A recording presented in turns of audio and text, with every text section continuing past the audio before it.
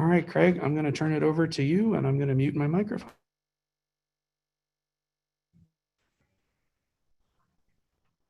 Okay, I will call this meeting to order at 7:04. And everyone is present and accounted for that's going to be here at this point. So we will start. We've got some consent agenda items. Minutes of the September 21st, 2020 school board meeting and professional staffing recommendations. Also, request approval of minutes, professional staffing recommendations, and co-curricular staffing recommendations. Do I hear a motion? Oh, 1 second. Also moved, Fred. Okay. Thank you, Ann. Do I have a second? I'll second. Tom Allen. Tom Allen? Allen, second. Okay. Any additional discussion or comments? Okay, hearing none. All those in favor of approving the request, please signify by saying aye or raise. Aye. Aye. Opposed? Motion carries 4-0. We've also got some personnel items, no vote necessary. And we've got some public comments here. And I will go ahead and read those. Please bear with me. Okay, this first public comment is from Tom Mooney, 6205 Pheasant Run here in McFarland, and the subject is the McFarland Youth Center. I am writing in support of the McFarland Youth Center. You will hear a report at tonight's board meeting regarding the McFarland Youth Center. As an educator and resident in the McFarland School District, I can attest to the benefits for financially supporting the McFarland Youth Center to reach its goal in providing opportunities and programs to the maximum benefit of our youth. All youth who attend the McFarland Youth Center are students enrolled in Indian Mound Middle School and therefore youth of our community. I think we all agree that today's youth are the leaders of tomorrow. I'm confident that as members of the school board, you are all too familiar with the district's mission statement along with its accompanying belief statements and district vision.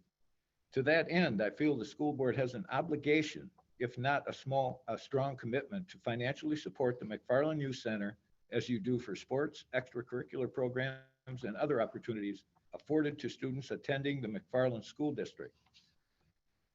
The phrase, where there's a will, there's a way, can help guide you to ensure a better future for our youth who are served by the McFarland Youth Center. I'm less interested in knowing why the school board may not be able to provide greater financial support to our community's youth center. Rather, I'm more interested in knowing how the school board can better financially support our youth center. Now is not the time to be penny wise and pound foolish. The time is now for the board to demonstrate their genuine commitment and financial support to further support our youth. Thank you, Tom Mooney. The second, we have 3 this evening. The second is also Tom Mooney.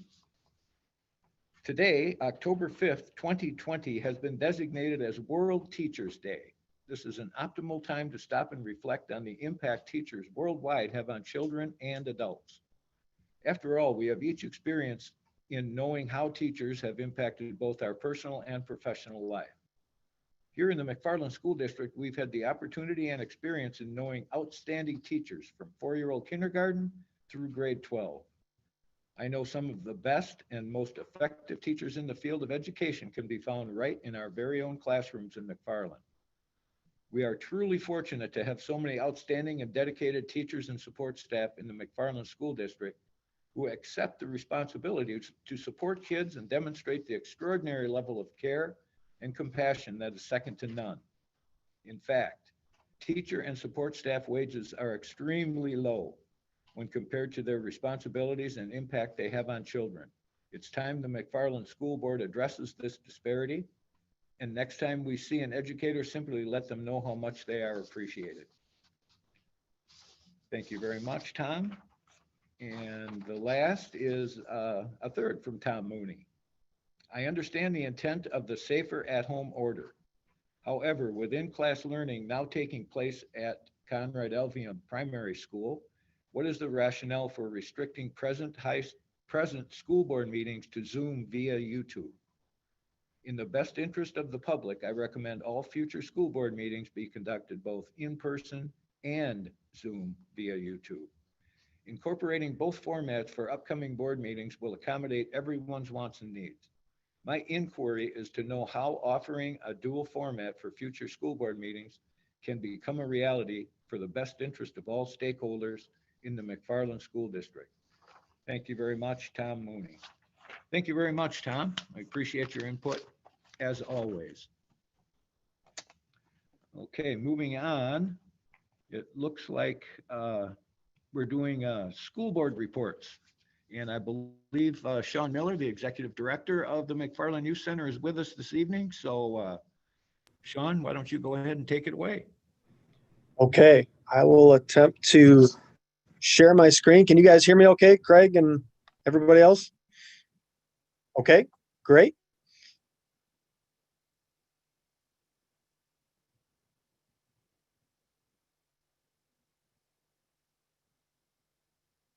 Okay.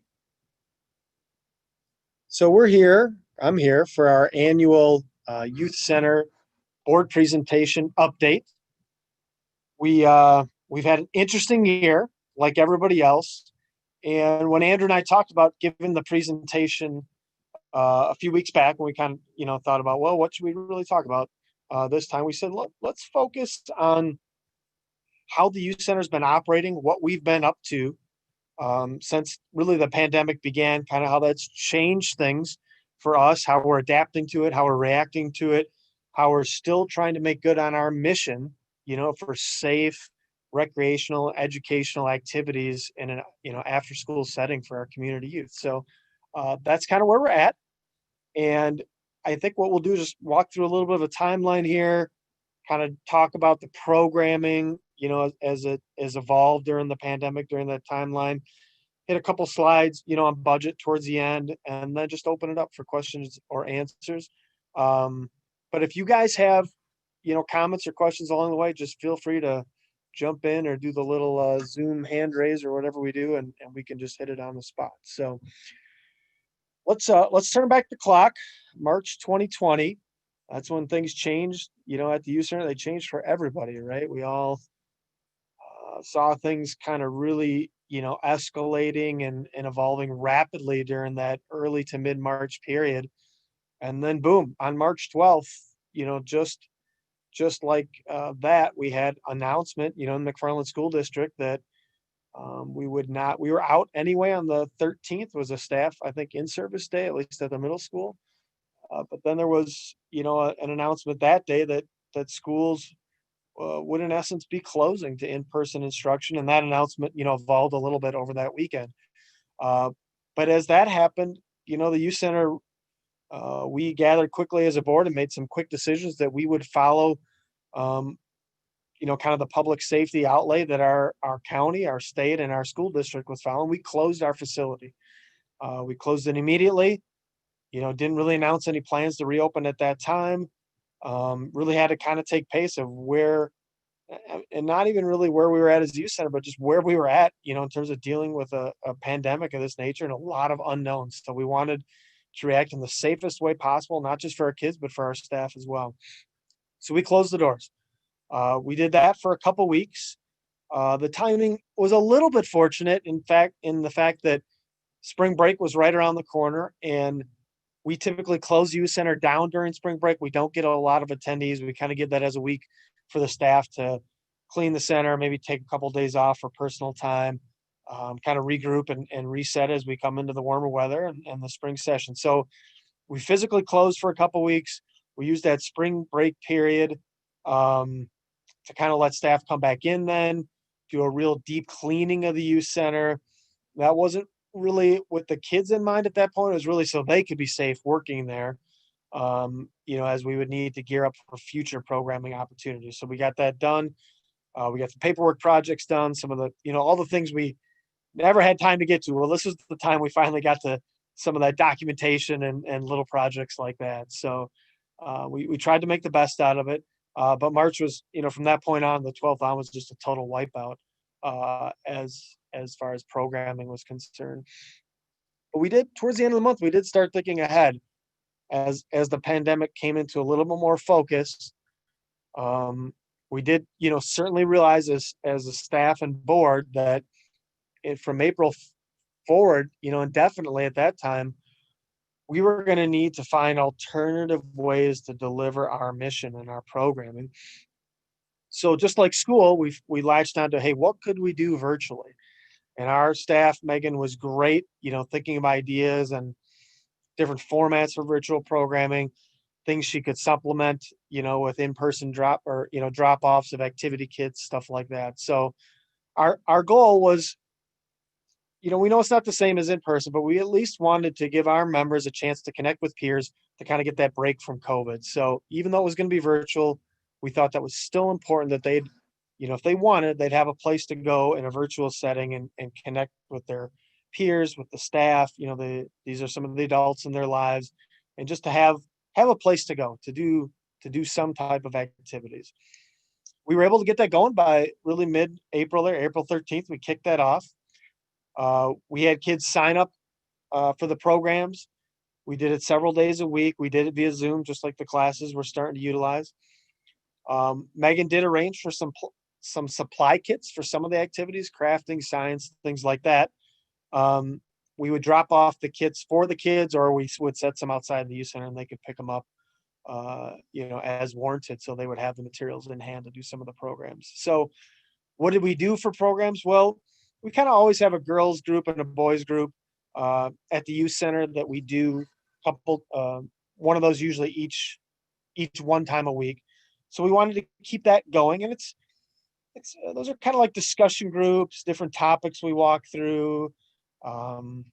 There's like a little curriculum that Megan's latched onto and used to spur discussion about different age appropriate topics and just, hey, what's going on with everybody and what's going on with the youth center and, ideas for the kids to get engaged in other youth center activities. So I thought that was good to keep those going in a virtual sense.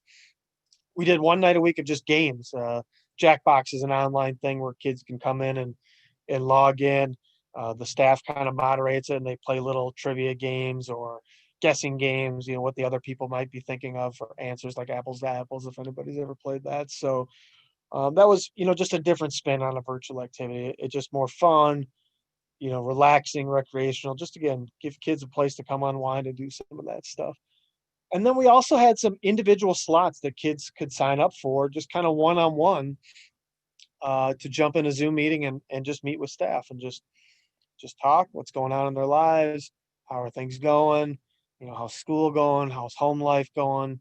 So kind of like office hours, like teachers were doing, wanted to make that available for the kids. And, some of the kids definitely took us up on that. And I think that was a good idea by our staff. And it was, I think, very much appreciated by some of the kids who utilize that, just have a place to go in and check in with an adult that they value in their lives. So we did this April, May, June, and July. We kind of kept this same format. What did it look like? Well, that's a little screenshot of what it would look like many of you have seen and utilized in the school environment. Your kids or grandkids are utilizing these days as well. A lot of people on the meeting, like we are right now, right? And, just trying to, again, this one they had little paint. I don't know if you can see it, but little like painted pottery kits that, again, Megan had dropped off or made arrangements for the kids to come pick up outside the center. And then just, she would do the tutorial. All right, here's what we're going to do. Here's how you paint the thing, but go ahead, use your creative skills and go for it. This was another crafted thing. They made little birdhouses out of kits we had going. I don't really have any screenshots like the game thing that was, I guess we didn't have any of that, but again, those types of activities and just discussions as well. So from April to July, this is kind of how youth center programming was going. I guess I'll just pause here. Does anybody have any questions or comments about this phase of our program in the virtual only phase? Okay. We'll keep going then. So as we were going through that, we did want to work towards trying to understand what phase 2 would be for us, kind of a hybrid, some in-person programming during the week and some virtual programming during the week.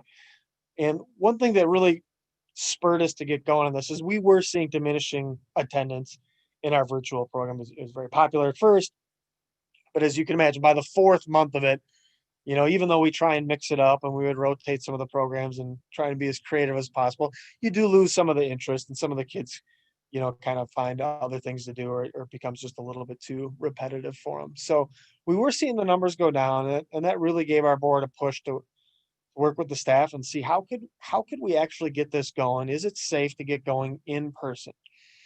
Again, the goal is really the same as the previous goal, a chance for our youth members to connect with peers, with trusted adults, but this time, of course, adding the element of back in person in their lives. We ended up starting this not right at the beginning of August, but about a week into August.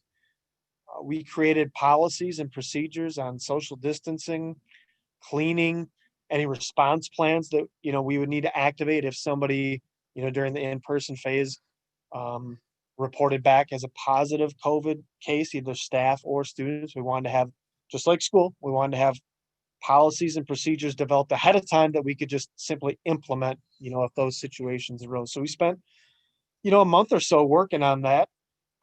We had to go out and procure the supplies, to execute some of the stuff associated with social distancing, just signs, signs reminding the kids, floor stickers to ensure proper spacing. We built a whole outdoor set of tables, and we put plexiglass dividers that we built on the folding tables. We put chairs. We ordered big pop-up tents off of Amazon. We wanted to conduct as much in-person programming outdoors to reduce, risk of COVID spread as possible. So we had to get all that kind of infrastructure in place. And really, I think what we did end up discussing and really differentiating is, we kept looking back at school and trying to understand where school is at. You all were developing plans for the fall, but hadn't, really come to, what the actual plan would be implemented for fall. And it was, really a changing situation all throughout the month of August, right up till the very end, right? So we kind of knew we weren't going to get an answer that we could tack onto and follow from the school district. So we tried to understand, is there a difference between school and youth center in terms of the in-person environment? In the end, we thought that there was a way we could open up in-person programming, even if school wasn't able to do that yet. And we thought some of those differences were, well, whereas school is in some ways an all or nothing proposition for kids in a certain grade level. Either they're all going to be let back, even if you have to mix them up, in terms of AM, PM, it's either open for in-person or it's not. Whereas at the youth center, we could restrict those signups, to a limited number of students per day that we felt comfortable, that we could execute good social distancing by limiting that attendance. So we thought that was an important differentiation. We had a good, staff to student ratio if we could limit that as well. And in the end, we decided to go ahead and implement this hybrid, kind of phase 2 model. And we opened up for in-person programming Monday, Tuesday, Wednesday. Parents have to sign up their kids. They use a sign up genius in a Google form to understand what the expectations are going to be for social distancing, kind of sign off on that, and then plug their kid or kids into the different slots that they want to participate in for that in-person programming. So we've been doing that. We've kept Thursday as a virtual programming day, and then Friday we have off, and we use that for a cleaning day at the youth center to get that real good kind of deep cleaning in there at the end of the week. So in-person programs, just kind of mimics what we've offered throughout the years at the youth center: arts and crafts, science, group games. There's more. I could list a whole bunch more things, but you kind of get the drift. We rotate stuff in and out, kind of keep the interest level up. But it's kind of that same stable of programs we've usually offered, the past 10 years or so. With the one we're not doing, of course, is the cooking one, because right now that is just not possible to do our Fresh Food Friday program in a social distancing safe environment. So that one we did have to put off to the side, but most of the same groups were able to execute in an in-person way. What does it look like in person? Well, the kids are socially distanced, whether we're inside or outside. They're basically, they're sitting trying to get them to sit that 6 feet apart. When we're outside, we use these 6 feet long tables, one kid at each end and a plexiglass divider in the middle.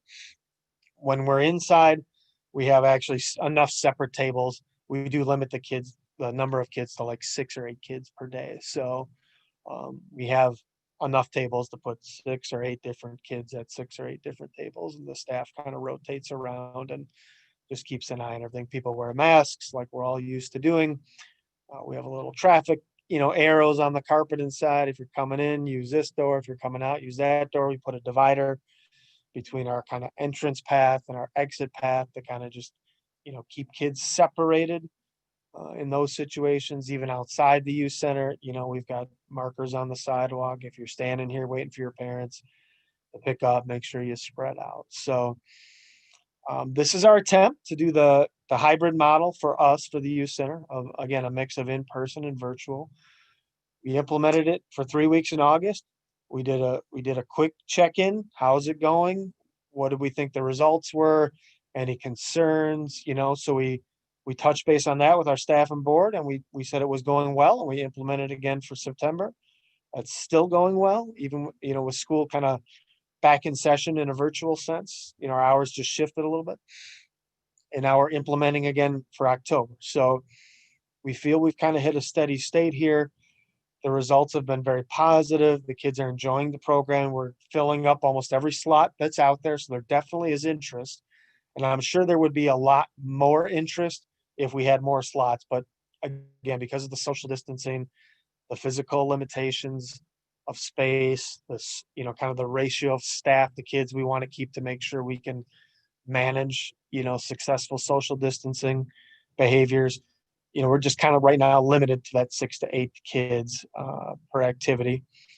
But so far, so good. Now, we've been very fortunate that we have not, knock on wood, we have not had notification of any COVID cases that we've needed to respond to. That may come at some point. I think we all are aware of the situation in the county, aware of the situation in the state of Wisconsin. We have a high level of community transmission right now. We are doing our best, like everybody else, at our nonprofit here, our business, to follow the guidelines that are in place from the CDC down to the county. And we can control what we can control. We can't control outside factors. And if that eventually brings, a COVID positive case to the youth center, we will implement our response plans. And they're very similar, to what I think the school will have in place, to what other businesses have in place, notifications, quarantines of any, affected students, not being able to come to the youth center then for a given time and until negative test results are shown. All those kind of things we have detailed out in different policies and procedures. So again, luckily we haven't had to act on any of that yet, but we are prepared if we need to. What does the in-person program look like? Well, here's our September calendar. Again, we just Monday, Tuesday, Wednesday, arts and crafts, science, and group games and crafts.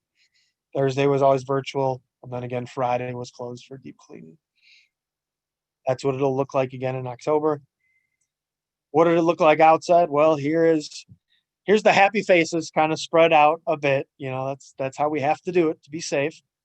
Even when we're outside, we really try and keep that social distancing. This particular one, they were making signs.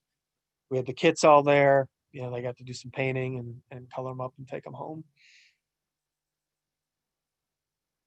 Next slide here. Again, more arts and crafts. This is similar to that small pottery painting that you'd seen earlier in the virtual and some other crafts as well. The photo on the left there, it's a little hard to see, but the gal who's sitting in this chair, there's like a plexiglass divider then in the middle of the table that we built and put into the table. Each of our outdoor tables has that, and then there would be potentially another kid sitting on the other side of that plexiglass. We do ask them to wear masks when they're outside. I guess, in this case, she took it down to take the nice smile for the picture, but we do try and keep the rules consistent. I know there are things about outside versus inside, but just for that consistency, we try and keep it all the same. So. And then inside, here we are, in this case, this youth member is really by themselves at a table. And the other kids that were here are at individual tables by themselves. But in this case, we're doing like a science activity. I think they're dissecting barn owl pellets, kind of looking to see what's in there. You can order that stuff up online. It's really neat. We're not doing the recreational stuff, kind of the open format that we used to. You see in the back of the photo, the air hockey table. Nobody's playing air hockey. Nobody's playing pool or ping pong or video games. We're just really limiting to these structured activities. Come in, do the activity, and then go home, a couple hours later. We would, of course, love to get back to a phase 3, a full in-person, but we don't know when that's going to be. I think for right now, our board is comfortable keeping our phase 2 as the status quo, the hybrid model of in-person and virtual.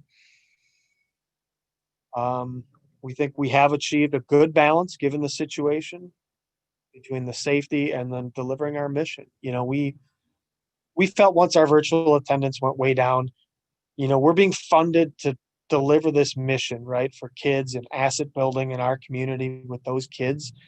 And we had to find a way to do that, a way that was safe, but we had to find a way to do that. And when the virtual model was getting to such low diminishing returns, we felt that really spurred us towards trying to get to a way that we could do it safely, in person, and a mix of in person and virtual.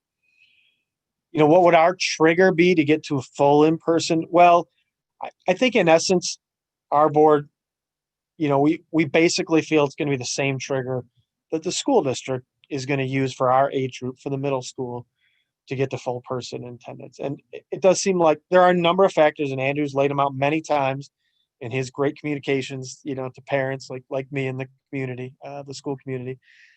It does seem the primary driver though is the case counts in Dane County. That is going to have to get lower. And only then will we start to knock off some of the other, check boxes that are in place and then get to this in-person attendance at school.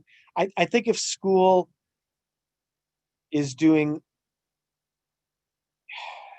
and I don't know exactly how to describe this, but I think, once school is back to full person, in-person attendance at the middle school level, I'm not sure the cohort model is going to allow us to get off of our phase 2. I think even in the cohort model for school district, that to me doesn't say that we should open back up and let kids play video games and ping pong and mingle and all that stuff. I don't think that's what it means.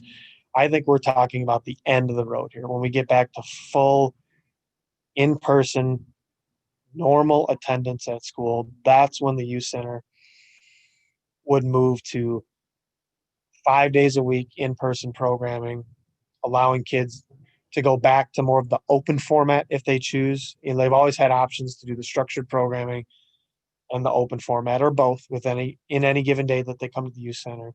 But I think it's really hard for us to imagine getting back to that more open structure until the pandemic has really receded to a level or vaccines are in place where the risk is much lower than it is now. It just doesn't seem like we're anywhere close to that right now. And it's unfortunate, but that's the way it is. And in that case, we got to take the balance on the safety side and understand, that even though it'll keep our numbers lower and it'll limit the reach of us delivering our mission, we won't be able to reach as many kids.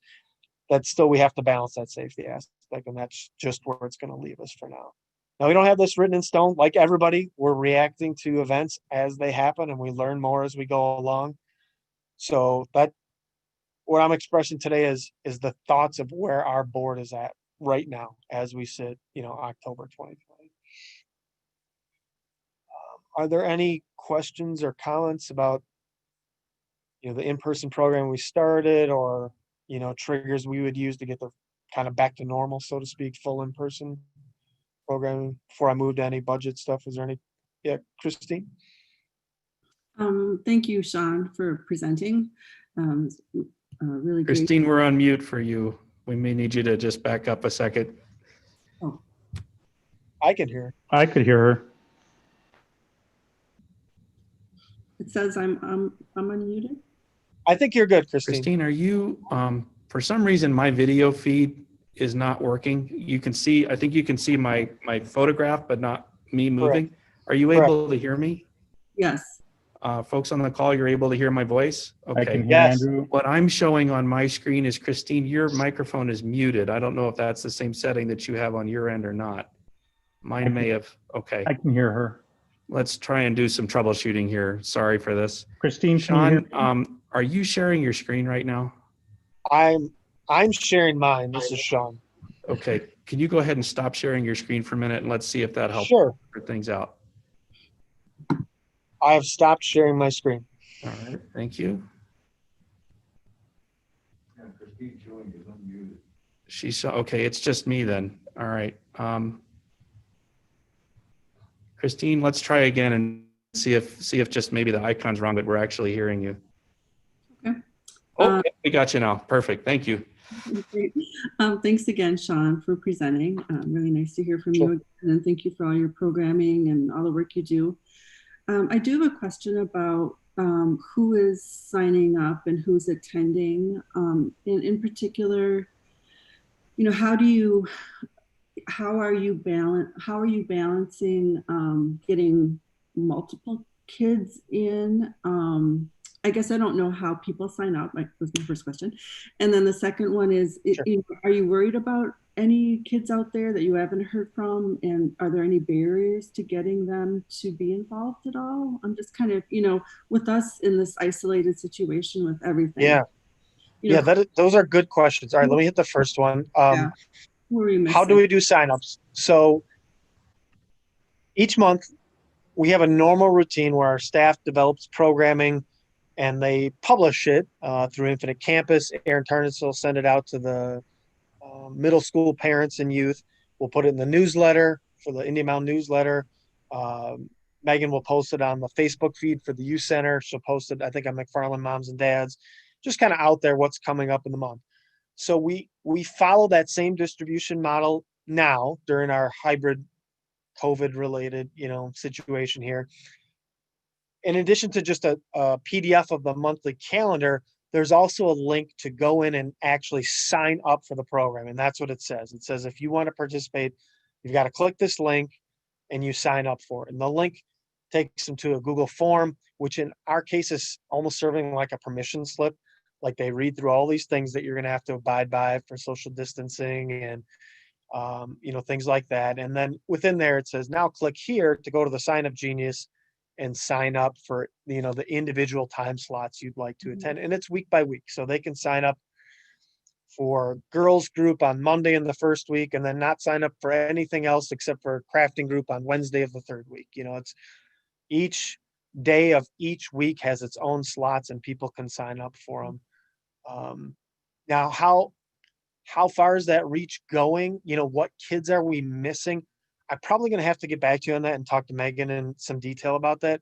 I know she said in generally almost all the signups are new, like newer kids, either kids that haven't attended the youth center before, but I think also mostly sixth graders, like incoming sixth graders, which for us is great. These are kids that potentially be with us now for 3 years. And I would say most years that's pretty typical. I think our attendance is generally shifted towards sixth and seventh graders. By eighth grade, kids tail off a little bit in terms of their interest in the youth center. More of them reach out and find other things to do. So I don't think that's too far off, anecdotally from what we would get in a normal year. But I think your second question, part of that is interesting. And I want to get back to Megan and understand, if she feels there's certain kids that maybe have kind of disappeared from last year, and if she's making efforts to reach out to them and see if they're still interested, I'll get back to you on that and let you know. I'm just not personally aware of what we're doing in a situation like that. No, I completely get it. And it's just, like I said, with us being so isolated, I just feel like there, Yeah.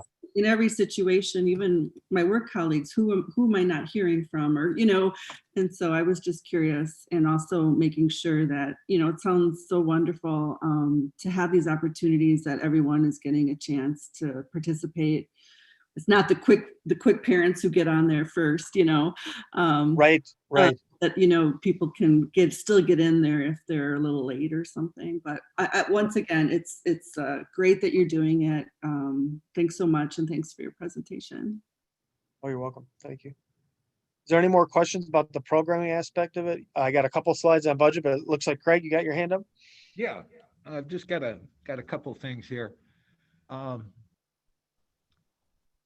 Are the kids finding that keeping the masks on and keeping the distance restrictions, have they transitioned to that pretty smoothly? Do you find that there's not a lot of fidgeting with the masks or trying to get away without wearing them, or Yeah, my understanding I've asked these same questions to Megan. I'm not there usually during the programming. Her response has been the kids have been really compliant. I think pleasantly surprised at the compliance. I can't speak if if they're fidgeting or something like that. They may certainly be doing that. But in terms of the bigger picture, just compliance, sitting at a table, not wandering over to somebody's table, keeping your mask on, not taking it off when you're in the building. She's been very happy. She says the compliance has been good. Really no complaints in that area.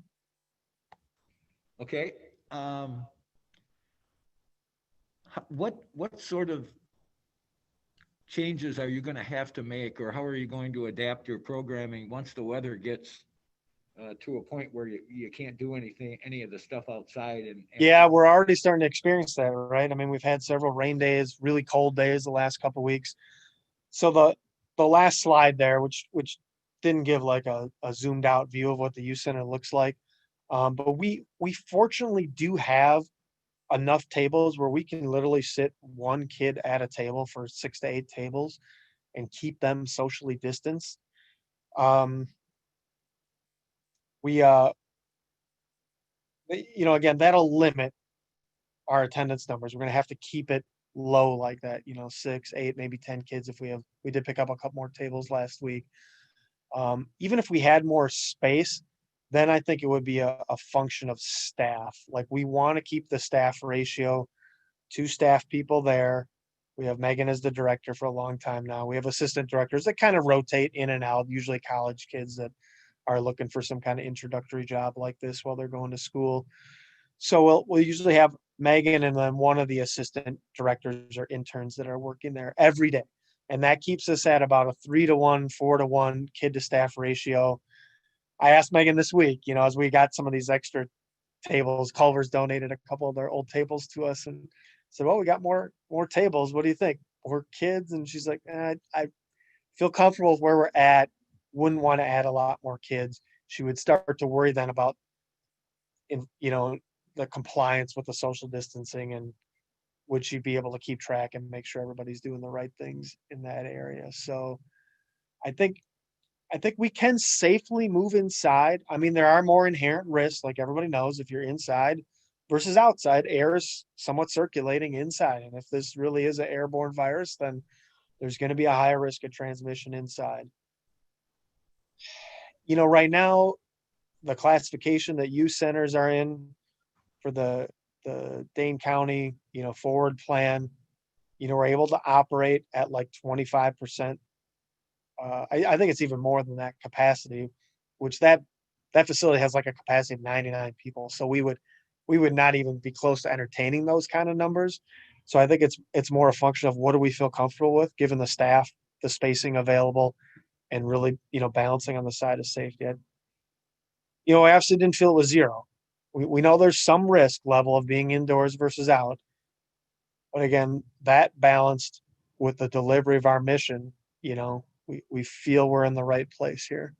Keep kids spread apart, keep the compliance level high with the social distancing, by rules, by enforcement, by staffing, stuff like that. And then we're able to keep hopefully delivering, during the cold weather months here. Okay, I just have one more real quick. Sure. Do you have more kids wanting to sign up than are able to? Are you being I forced know, I to- know for September we did. I'm gonna check back with Megan and see how that played out in October. I'm pretty sure she made like a wait list slot. So if you went in as a parent or kid to the sign up Genius and you saw the slots were full, that you could at least put your name on the wait list. And then if somebody was out, they could add you to it. So I know we had that function in there. But I'll touch base with her and see if now do people see the wait list and they don't even put their name on there, because they just look at it and say, oh, it's full. I'm not going to sign up. That could be happening too. And I'm not sure how we would necessarily gather numbers on that other than maybe just anecdotally if we're hearing, any word on the street or anything. But I'll check with Megan Craig and ask her, if she feels that how far the demand is outstripping, the supply we can give it. Okay, thanks very much. Anybody else got any questions for Sean before he carries on? If not, go right ahead, Sean. Okay, I'll start sharing my screen again here.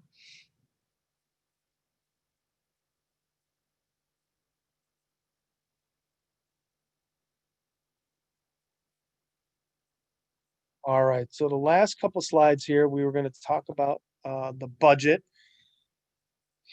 Coming into this year, and I know this is tough to read here. Let's see if I can blow it up a little bit.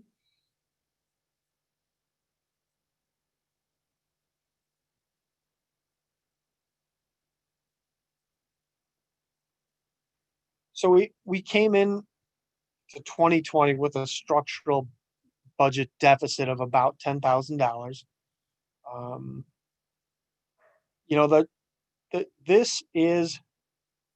This is our bare bones budget for what it takes, the overhead it takes to run a small nonprofit in our community.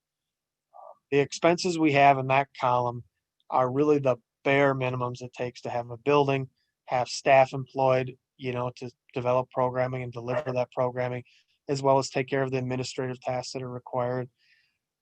The utilities, the maintenance of the facility, the IT services, which is actually donated in kind from the school district. So thank you very much. A minimal amount for professional development, money for programming, accounting services, things of that nature. This is very bare bones, and even those bare bones expenses still leave us about $10,000 short in this fiscal year. So I think the next slide here, what has COVID done to change that, either direction?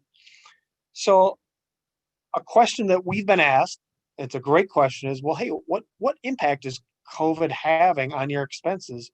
And I think some people postulate that, well, certainly they must be lower because you're not open all the time.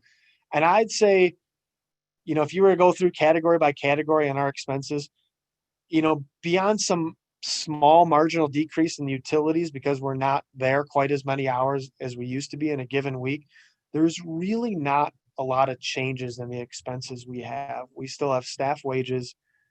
We still have the building rent, CAM fees. We have our programming costs, insurance. Again, all that same overhead is really there, even though we're only opening the doors 3 days a week versus the usual 5 days a week. Virtually all the costs are still there. And in fact, some of the costs we've actually had to increase, like the cleaning supplies. Then we had to make some expenditures on tents and tables.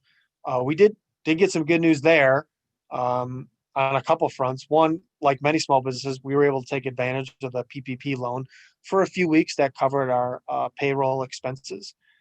We also, Dane County, I think, had some stimulus money flow through to them. They offered it to agencies like ours to reimburse for some of these one-time supplies, like the cleaning stuff, the tents and the tables that we built, for the outdoor program. So we were actually able to get reimbursed for a few $1,000s in that direction, which is great. But I would look at that as costs that were really only, for the most part, added because of the COVID situation. So net, really not a lot is different with our budget.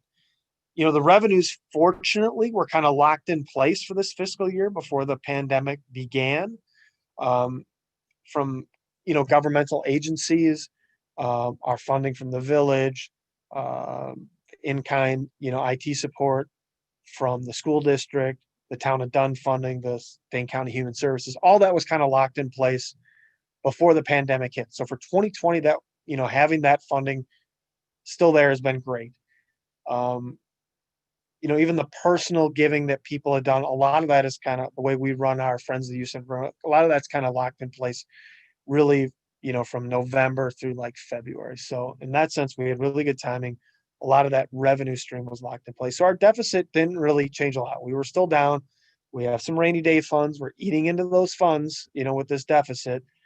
Looking ahead to 2021, well, there's a lot of question marks now, like a lot of places, a lot of, governmental entities, budgets are really a big question mark this year. So 2020, coincidentally was the final year of a 4-year memorandum of understanding of agreement between the Village of McFarland and the Youth Center, which set our funding level, set the lease and rental terms on our facility. Some of that had to do with a separate agreement between the school district and the village. And some of those funds passed through then to the youth center, part of that agreement. But those agreements have expired now or will be expiring at the end of this year.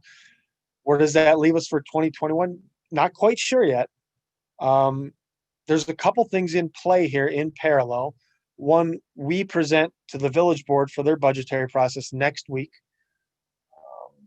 We will, start at that point, start to understand what their outlook is for funding the youth center in 2021, but they won't finalize their process till sometime in November.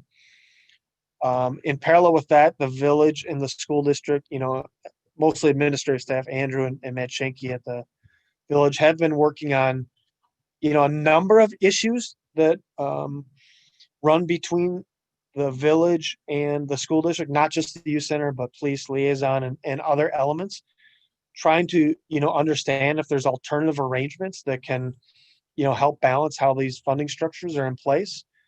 And I would just say, that work started, but it definitely got idled when the pandemic hit. And for understandable reasons, there were other priorities that were much more pressing. So that work, I think, originally was intended to kind of, be, and Andrew can step in and speak to this at any point here, but I think that work was intended to be, in an ideal world, wrapped up and kind of flow as the successor to this original, 4-year MOU that is expiring this year. But because of the circumstances, now that's going to be offset. We won't really complete our understanding and proposals of what that new frame of reference might look like, until the budgets for 2021 are already set. So we'll have to try and understand how we can, at least maintain the status quo. And I fully expect, we as a youth center board will reach out to the school board again and the village board again sometime, in mid-October here as,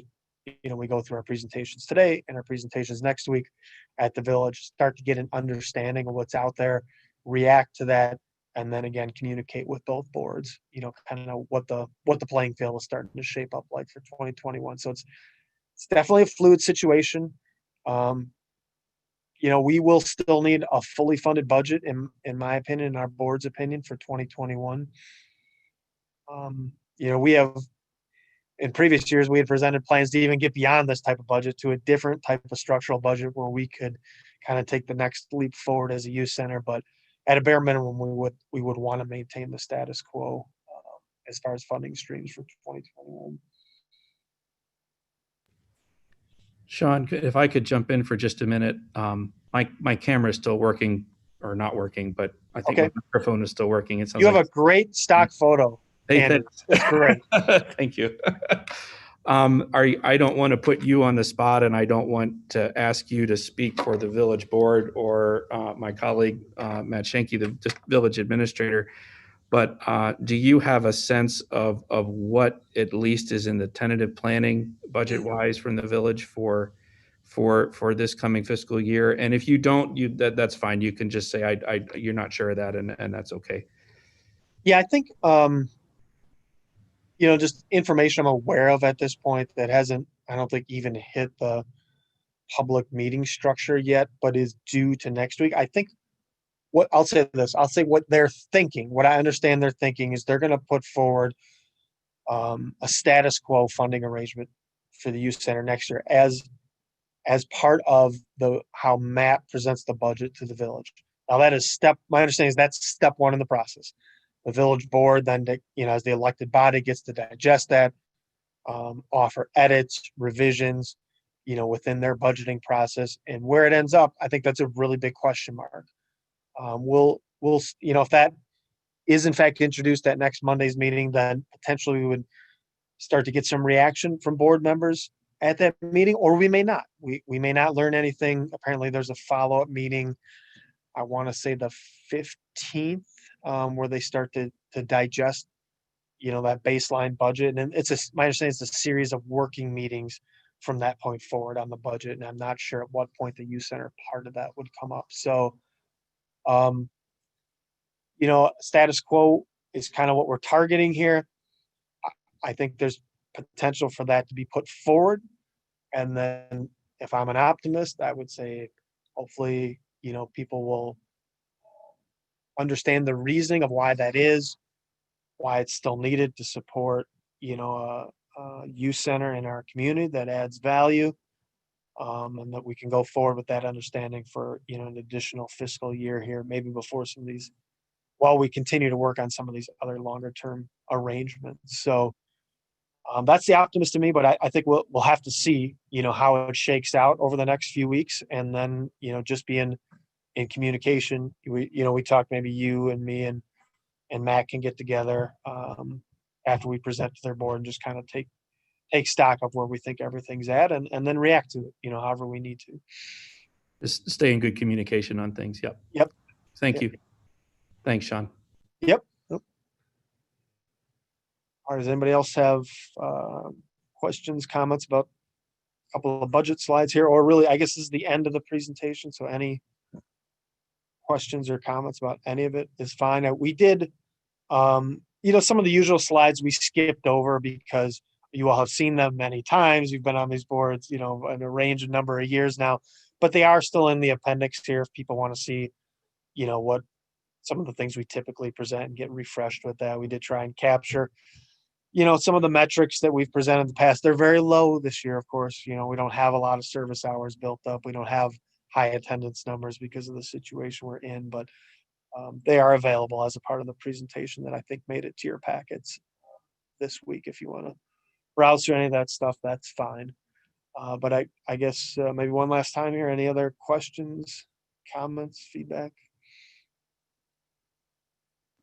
If not, I'll just say thank you for the opportunity again. And Any further questions? I'll just go ahead and thank you, Sean. Yep.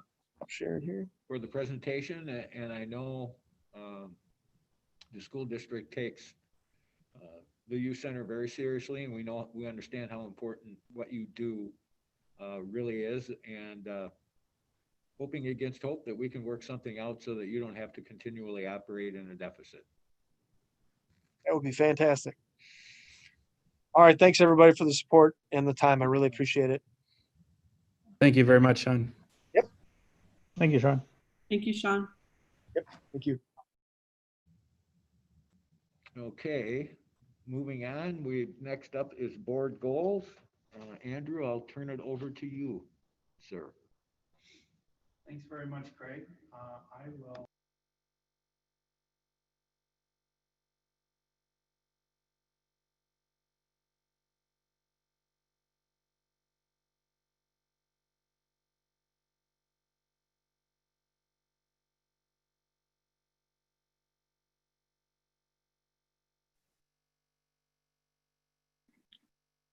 I'm not hearing anything. I'll second that. How about now? No, it's better. Is better? Much better. Thank Thank you. you. My Zoom controls are a little off kilter this evening. There's something kind of funny going on my end. So thank you for letting me know that. So with board goals, I'll speak to diversity and equity first, and then briefly district village collaboration. And then we'll talk about staff survey board communications. As a follow-up from our last meeting, there was a request to discuss public comment and as part of board communications. And so that's what we'll do that. With diversity and equity, we will be presenting our stage 3 presentation to the Wisconsin Partnership Project Community Impact Grant Review Committee on Wednesday, the 14th. That is a proposal which, if we are fortunate enough to be selected for that, will be a $1 million grant to the school district over 5 years to support our diversity and equity work, and specifically to build upon the partnership that we've developed with Natural Circles of Support over the past 4 to 5 years here at the high school and now extending into the middle school. So we're very hopeful for that. It's a terrific opportunity. It's been a wonderful partnership and will continue to be a wonderful partnership. And so we will find out our results on that by the 15th. So hopefully we'll have good news for you in a couple of weeks. I also want to just mention, I believe I mentioned this before at our board meetings, but I've been meeting regularly with the, you're familiar with the McFarlanders for Diversity and Equity community group that came together over the summer. And one of the streams of work in that group is an education, kind of an education team within that overall group.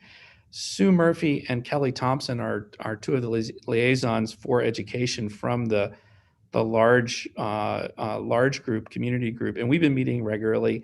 I just want to share with you, we met with, I invited Jeffrey Lewis of Circles, Natural Circles of Support, to join us for our meeting a couple of weeks ago to explore the idea of how we can partner with Jeffrey around parent and family engagement, and specifically almost like a parent circle, a parent equity group, to get that started. So that is in the works. I will keep you posted on that. Obviously, keeping anything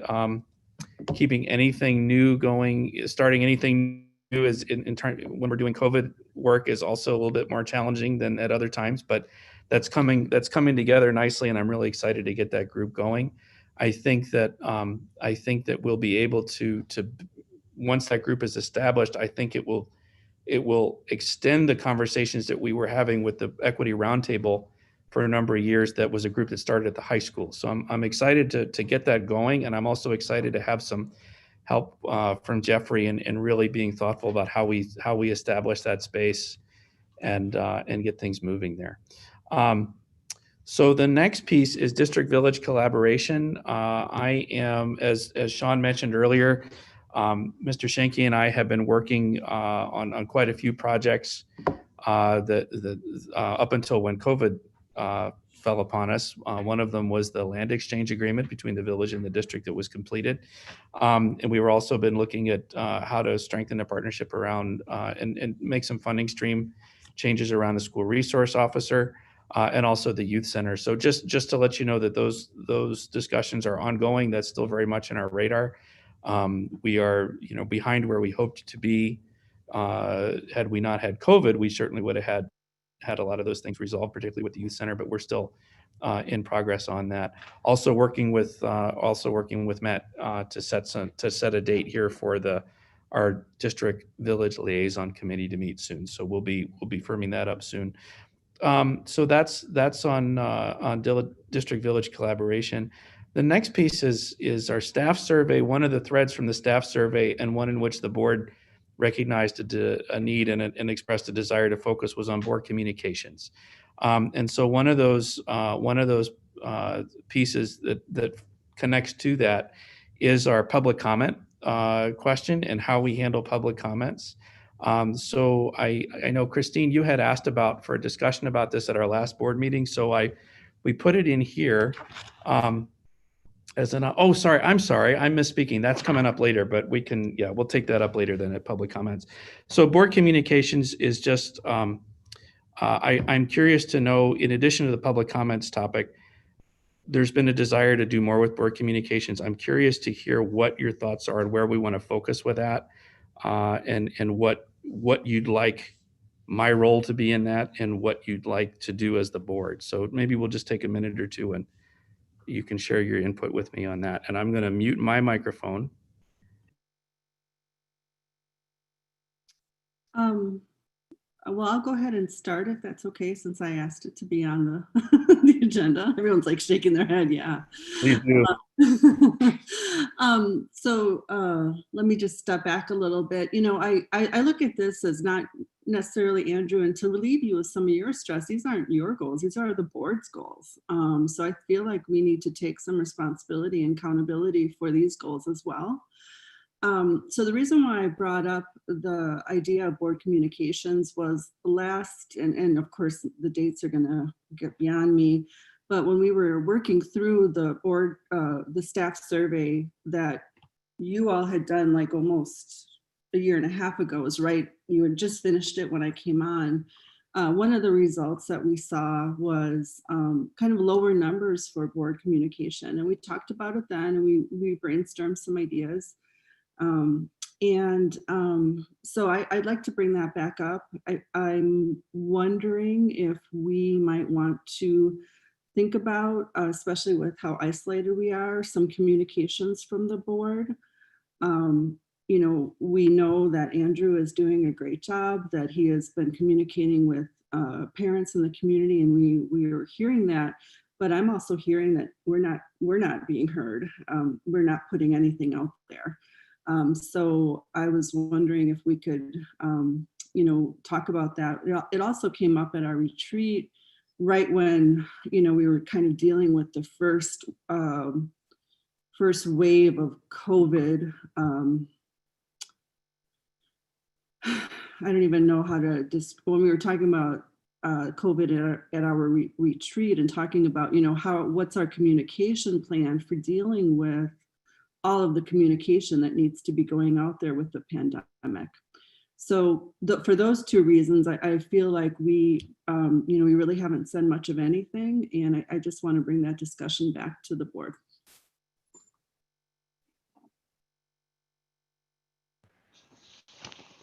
I agree. I think all of us have been getting a number of emails and other communications from individual community members, as you know, parents and other community members. But I think there's probably a greater group of people that we could reach. And I don't know if it's a newsletter or periodic communication. And Andrew's been doing a lot of it.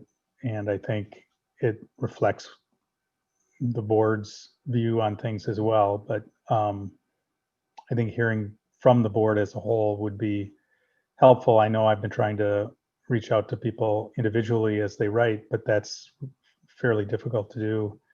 And I also know we're missing a whole larger segment of people that just for whatever reason don't write in, or maybe waiting for us to communicate to them other than on our regular board meetings.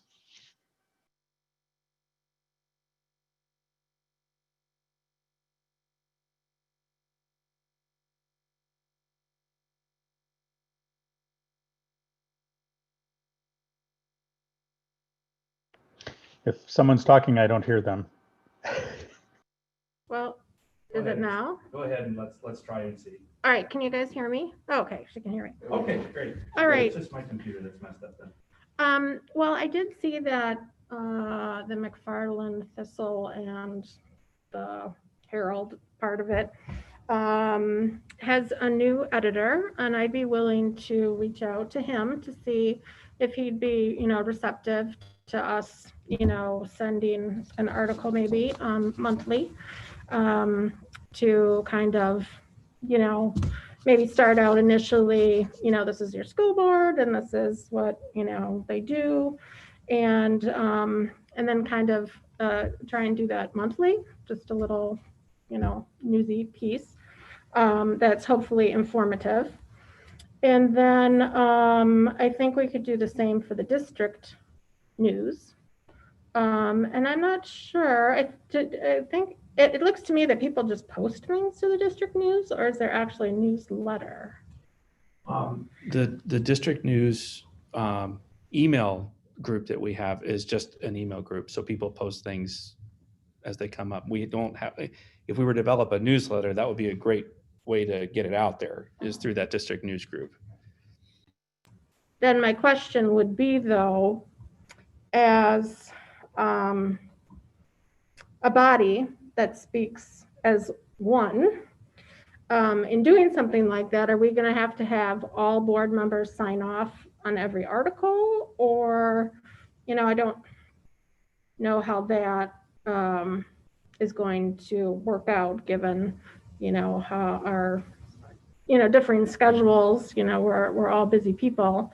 How realistic that is.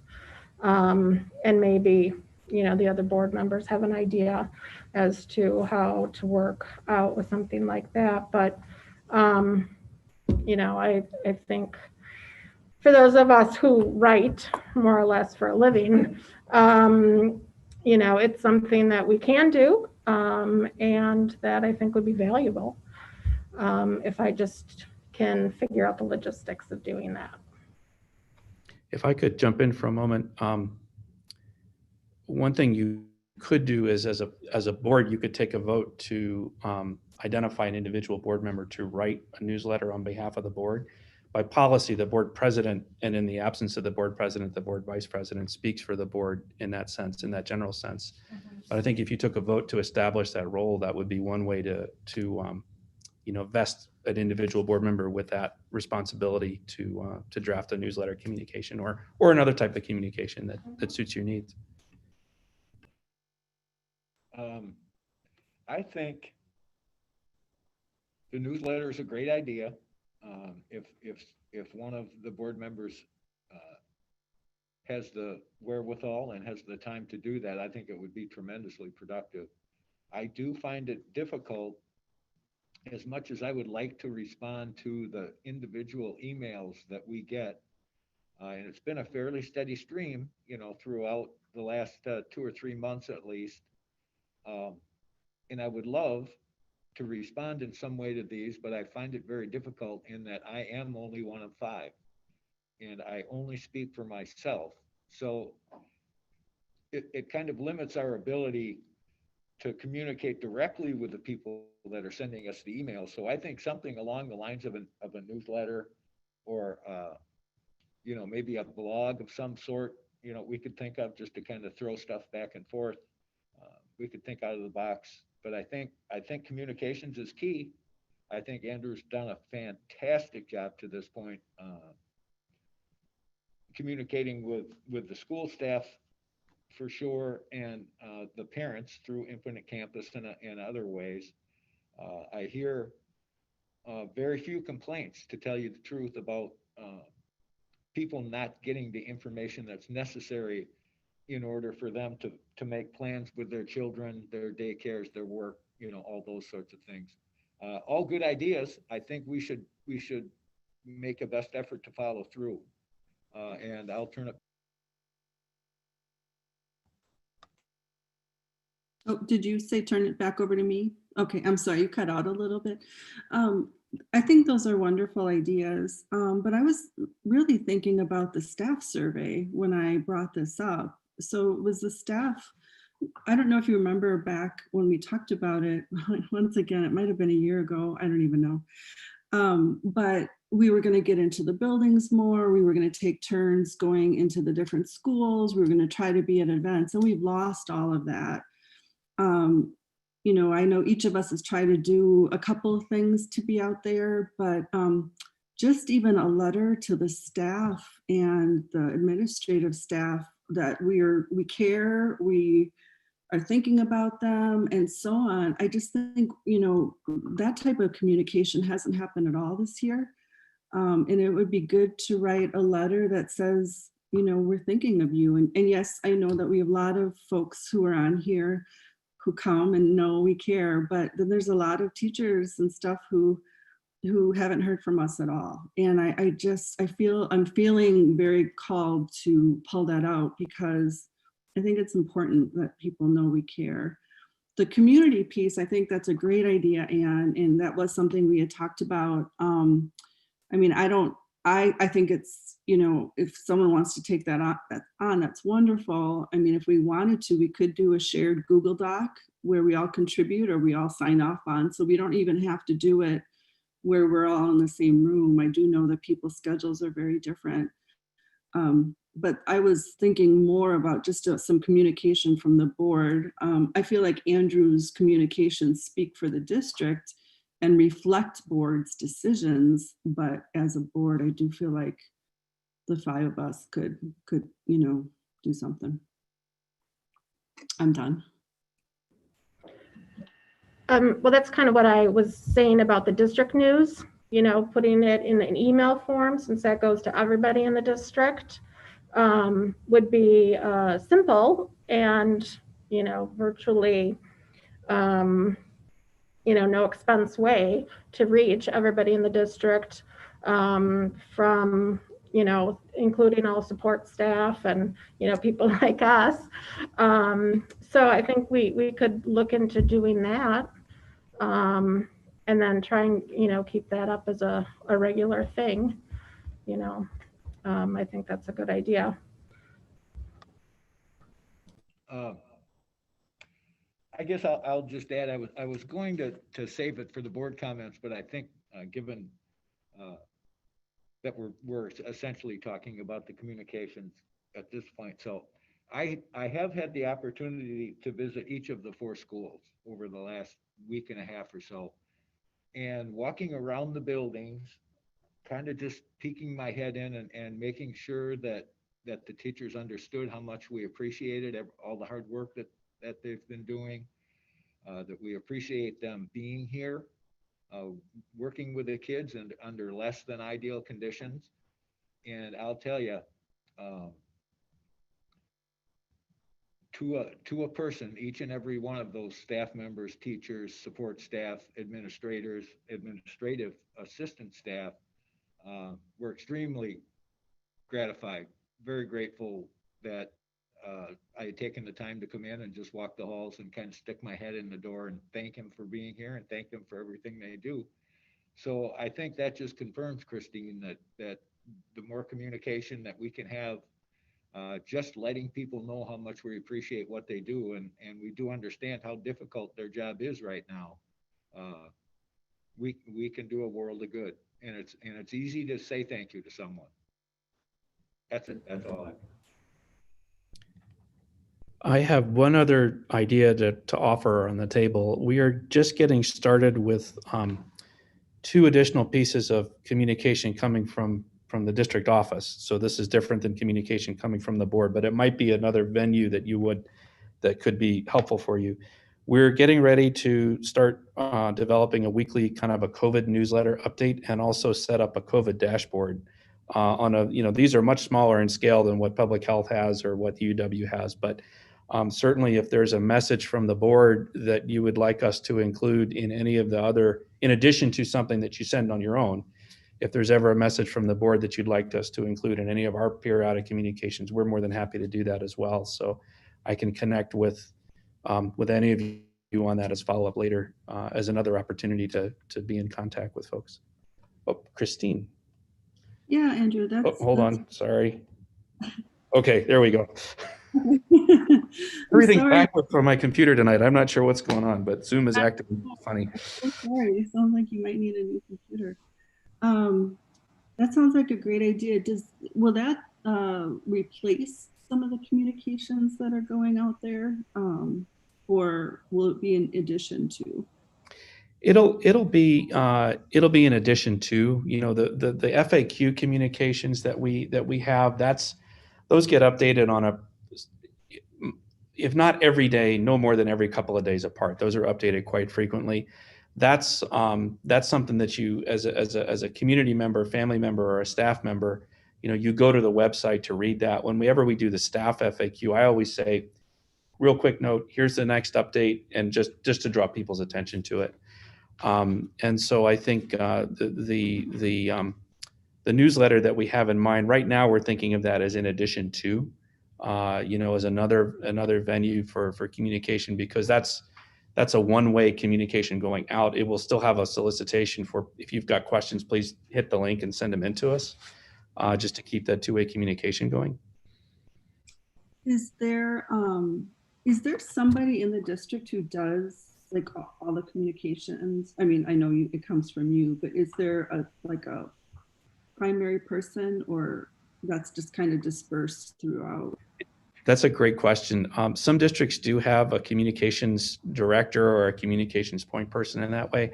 Ours is really distributed. Now we work together to be, when we're developing a communication coming from the district office, we work together to develop it to make sure that we've, one, we're proofreading it, but also that we're covering the points that we need to and making sure we're being clear in our communications. But we don't have a communications person directly. My colleague who is kind of the point person on the COVID dashboard and the COVID newsletter we're developing is Lauren Arango. So this is just getting started. So we're hoping to have something out here very soon. But this is just something that's coming together in the last, as an idea moving forward here in the last few days. So, yeah. Great question. Yeah, one of the things, and I don't want to take credit for the idea of the communication plan, because that actually was Tom Allen's idea, remembering that from the retreat when we started talking about this topic. But one thing that I don't know how to actually make this happen, but one thing that I've experienced both with being as a board member and of course the parent is knowing what communication is urgent, what's FYI, and how different things are coming from different places. I'm wondering if there's just some ways to almost have a format for like how the emails go out, but like you said, you're doing the overall district. If something comes from the board, I think we can make that really clear. We're not going to be giving any information that you haven't already covered. It's more like what we want to, just share as a board. Yeah. Okay. I'm just kind of thinking out loud right now. So what do you think our next steps are? You think we could maybe, Andrew, is it appropriate for us to draft something as a group, or like you said, do we give power to somebody, or can we draft it as a group and then I'll sign off on that? Is that something we can do? Well, I think you could certainly draft something. I think you would, if you were going to take a vote on something, we would have to put that on for the next agenda, which we certainly can do. But I think just in terms of board communication, you've already adopted board goals. You've already identified board communications as a priority. Mm-hmm. I think it would be very appropriate to draft a message for review, and then once everybody's comfortable with it, we could send it out. Okay. I think that'd be fine. How does everyone else feel about that? And I don't know if we want to wait, share. I don't know how to share this with Arlen, but Tom, and I saw a thumbs up from Craig. I saw a pen up from Ann.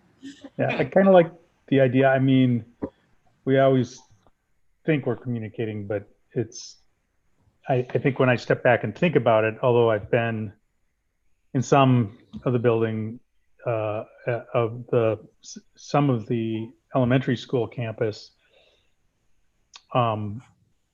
it's really been upended by COVID.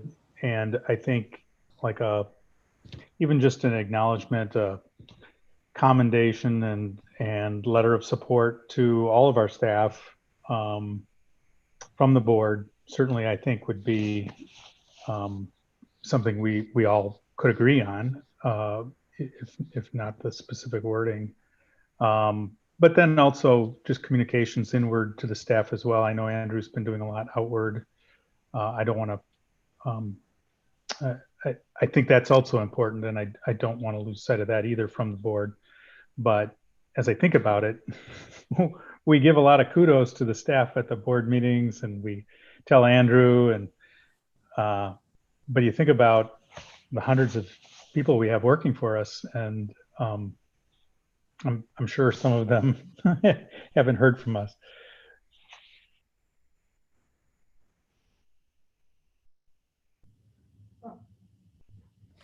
Go ahead, well, I'm willing to, give it a go and then circulate it, and then people can add,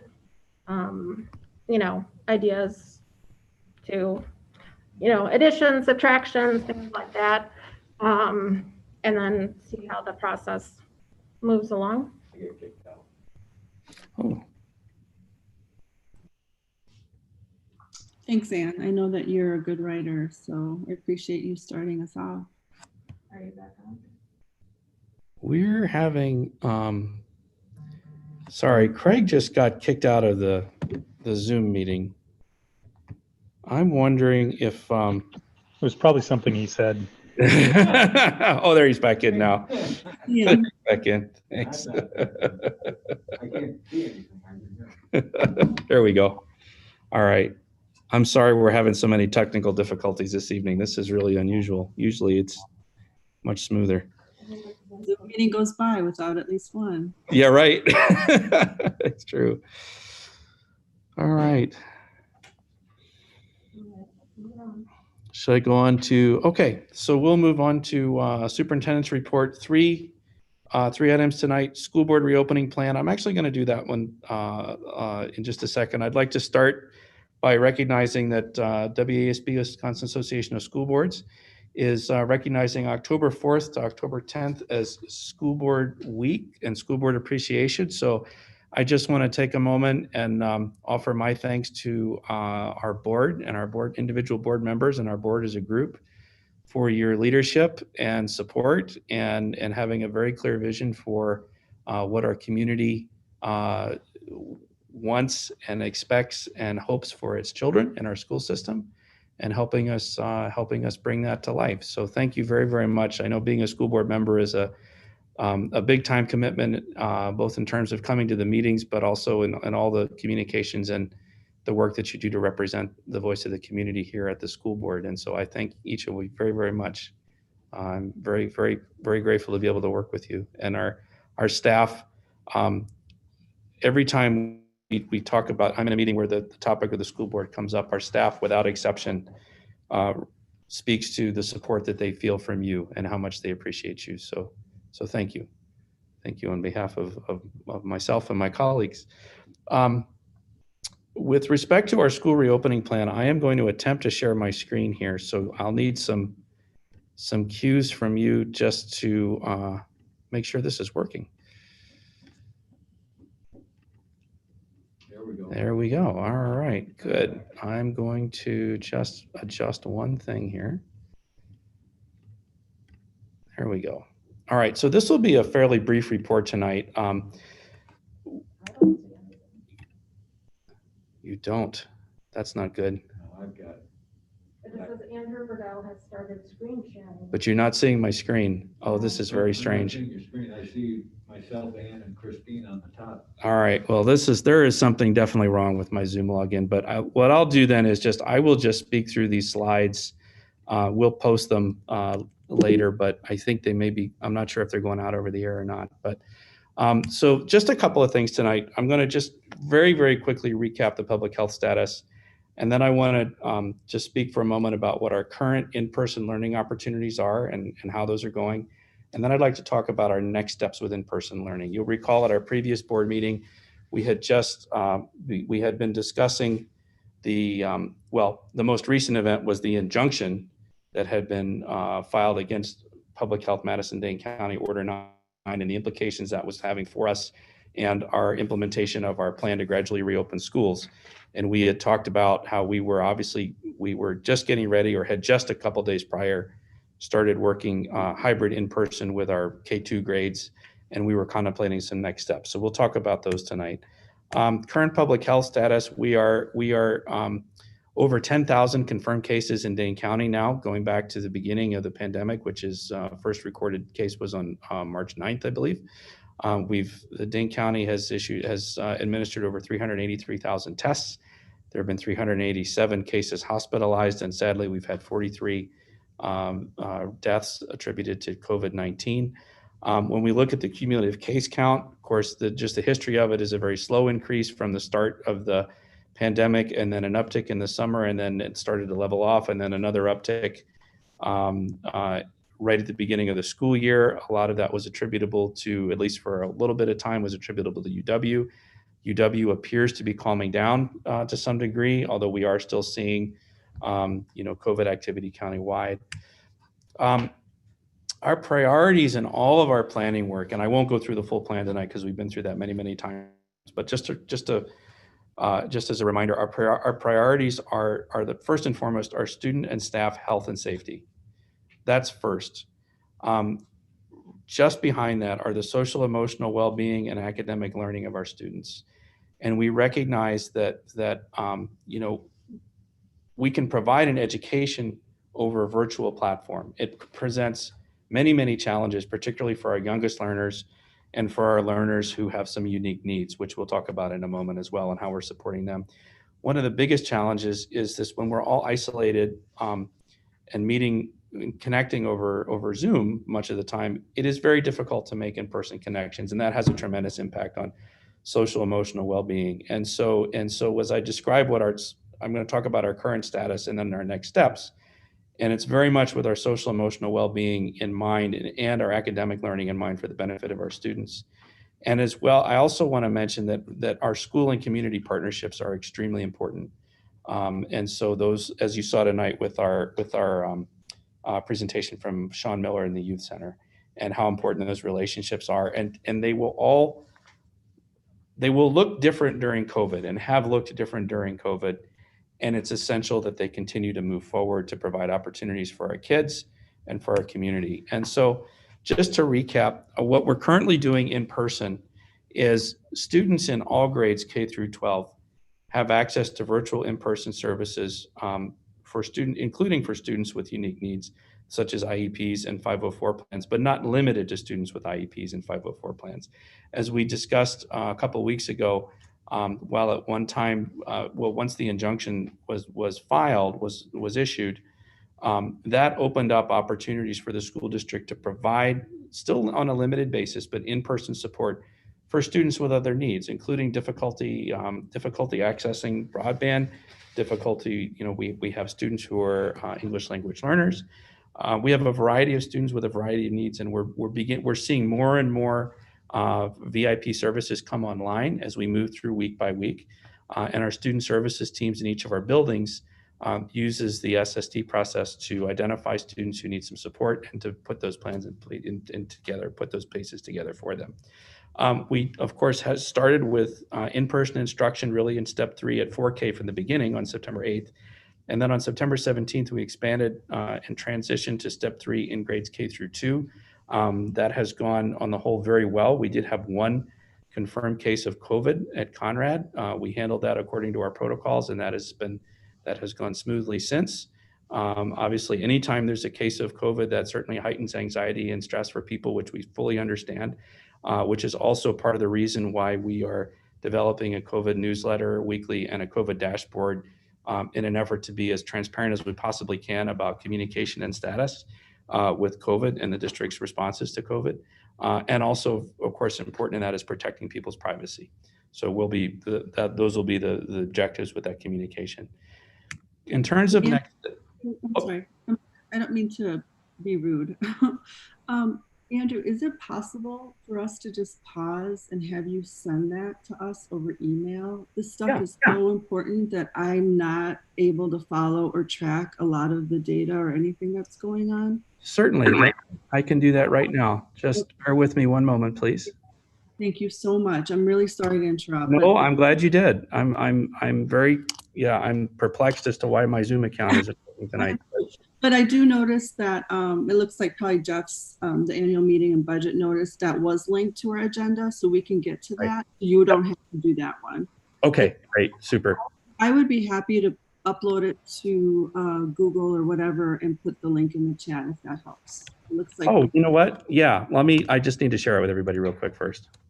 I'm so sorry. Oh, I'm really glad you said something. I'm not tracking these days real well sometimes. Why don't we start the Zoom meeting? Well, are you just going to send the thing? I'm just going to send it real quick. Okay. Should we just reboot the Zoom meeting, Steve? Well, then you can share. The other thing was, if you share it with me, I can jump in and share my screen. Oh, great. Okay, So we'll do if you that. want to send it to me, Yep, then let's just do it keep- that way. then just cue me because I've got the Zoom link. Okay, So then just cue me when you want me to change slide. thanks. Yep.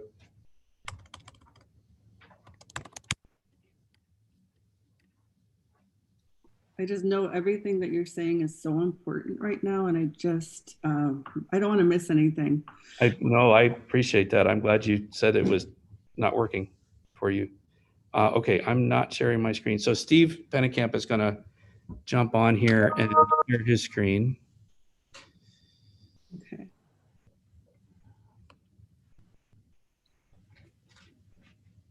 Or try to. And I did just email that document all to each of you as well. So if this doesn't work, you can certainly pull it up in your own window there.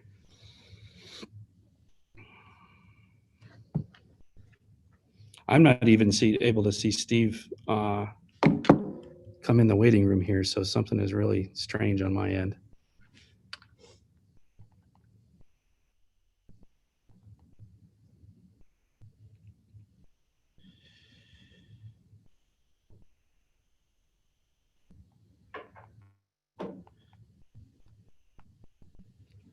I'll just give this a minute. While Steve's getting this put together, you know, just going back to last week, we had a lot of discussion about, if you recall back to our plan, one of the pieces of it was to look at how to transition to some in-person learning opportunities with some of our hands-on classes at the high school.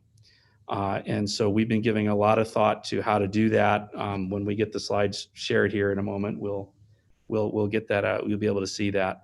And also looking at athletics, you know, we are really interested and cognizant of the value of, is that working for you, Steve? So I tried to jump in the waiting room, but Yeah. you must not have seen me. That's not showing up. Okay. Yeah. Should we just restart the Zoom? I link? think you should, yeah. Okay. Let's try that. All right. We're going to need to take just a moment, and I'm going to need to end this Zoom call, right, Steve? Yep, and then just have everybody come back in. I would say, let's do 8:40. Okay. So That gives us 4 minutes. Craig, should we go into recess for a moment while we do that? Yes, I believe we should, sir. Okay. All right. So bear with me. We'll be right back. And I apologize for the difficulties this evening. We just got to make that connection again. Okay. We've got to get our live stream back started So again. It'll take just a moment here. Okay. We should be in good shape. I think it should connect. Yes, I believe we should, sir. Okay. All right. So bear with me. We'll be right back. We'll take that. We'll turn that off. And so we've got a live connection there. That looks good. Yep, stream's still going. So I think we're good because there I am. Okay. So, yep, All right. you do your thing. Great. Anybody else watching tonight? Yeah, we've got 11 to 20 at any time. So Great. Thank All you. right.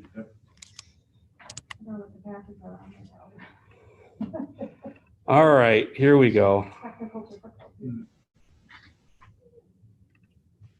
Okay. So let me just recap here. So our priorities are, as I said, are our student and staff safety and health, social emotional well-being and academic learning, and school community partnerships are also very, very important in that, recognizing, as we talked about with the youth center tonight, how important those relationships are to sustain. So currently what we're doing in person is our VIP in-person services for students with unique needs. That's in place K-12. We are in person in step 3 hybrid in-person learning for grades 4K through 2. 4K we started on September 8th. K through 2 we transitioned to that on September 17th. And so those are our in-person learning opportunities that are going right now. At our last board meeting, we talked about that we have opportunity we want to be really thoughtful in how we do it. We have opportunity to offer in-person experiences that are consistent with our plan in order to promote, to add more increased opportunities in academics and also for social emotional learning. And so these are the next steps that we're looking at. And these have been very, very fluid in development. And really what I'm sharing with you in this slide is a result of conversation that we had that wrapped up as late as 5 p.m. this afternoon. So these are the 3 things we're looking at. We're going to begin transitioning to in-person learning for select tech ed classes. Mr. Finstead will have more details on that this week. Now that, as we've had as part of our plan from the beginning, going back to August 3, that we would look at the high school to transition into some in-person learning and select hands-on learning classes, tech ed being one example. So they have a plan that they've been developing for a number of weeks to do that. It's not starting tomorrow, but I did want to just let everyone know that we are going to be moving forward with that. That will also include an opportunity for students to continue to participate virtually if they're not comfortable coming in for in-person. So that's very important. So that's a piece that'll be going here at the high school. Secondly, we will be beginning to offer athletics opportunities within the public health youth sports rules and the WIA rules for the high school. So high school athletics. Now that's not the same. We don't know what the winter sports season is going to look like yet. We're not clear on how that's going to look, but we are very, very clear on knowing that as like in many things, our students who are involved in athletics really look to those activities for their own well-being and social emotional health and the rest. And so we are in a position where we feel confident in moving forward with those. Now, again, that's not going to look like traditional sports at this point. That's going to look a little bit more like some of the activities we did this summer, but we really feel it's important to move forward with that. So Mr. Ackley, our AD, will be having more information coming through on that again this week. We will also begin planning for indoor activities with our school and community affiliated partners as soon as possible. Now, this is groups like the Basketball Association and other groups like that we have had relationships with for many, many, many years, and very strong relationships. I want to make really clear that we are very interested in opening up community opportunities in those areas as well. We also have to be very thoughtful in terms of how we structure those, how those programs are offered in terms of just the logistics of COVID precautions and the rest. Again, we have good examples of that going back to the summer and some of the activities that we did with Baseball Association and softball. And so we're looking to build off of the experiences we had in the summer to help keep those going. So that more to come on that. But the two pieces that'll be coming very soon are the high school tech ed and the high school athletics. And so the high school athletics piece, as I said, will be under the youth sports rules, which are similar to the youth settings rules, and then the WIA rules they have to be very conscious of as well. So that is our next steps, and I'm going to stop sharing my screen now. And are there any questions I can answer for you about that?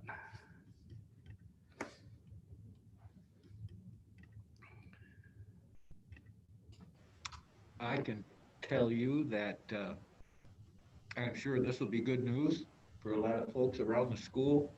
And again, in turn, I think it's good news for the kids as well. This is an important aspect of a child's growing up. A big part of high school is the social and emotional part in terms with the kids. And I think until we can at least get some semblance of normalcy in terms of extracurriculars and all the other opportunities outside of the academic part, I think as soon as we can do that safely, we will certainly move forward with that. And I, along with everyone else, I'm sure, is looking forward to that time. So thanks very much, Andrew. Thanks, Craig. Okay, so that's the reopening of. Oh, excuse me. I'm sorry. Thank you. Go ahead, Christine. Thank you. I had just a couple of questions.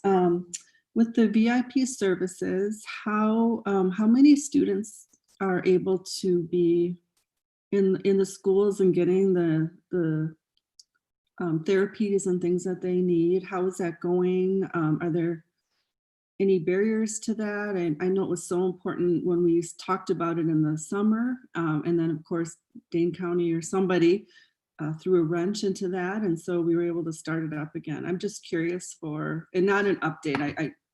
I guess I'm asking for a little bit of an update, just generally. Sure, I could speak to that. And I know Lauren Arango is on the call tonight too, so she's certainly welcome to jump in. We have about, if memory serves, we have about 8 students who are serving in VIP with VIP services at Wabisa. We have just a couple of students getting started at the middle school, and we have about 20 students who are receiving VIP supports here at the high school. Now, that's not all at the same time necessarily, but those are rough numbers. We were very deliberate in starting with very small numbers of students, and then every week or a couple of weeks, we add in additional students with different needs. And so you'll see those numbers have already grown a little bit from where we started. Lauren, would you like to chime in on anything there? Sure.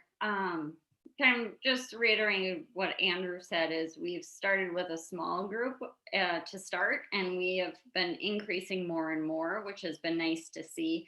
I think the high school actually has seen their biggest jump in kids, and they're looking to start servicing probably 20 to 25 more between this week and next week. So that is a nice increase of really trying to have kids come in for a small amount of time to really get their virtual learning established and establish a routine so that we can send them then back home where it's a little bit safer than coming to school, but teaching them the skills to be successful. So that has been nice. And our special education students also have been, some of them have been coming in for those therapies, which has been working out really nicely too. Are there any, or what would you see as barriers that we could support you on? Is there any, or is it just going well, or?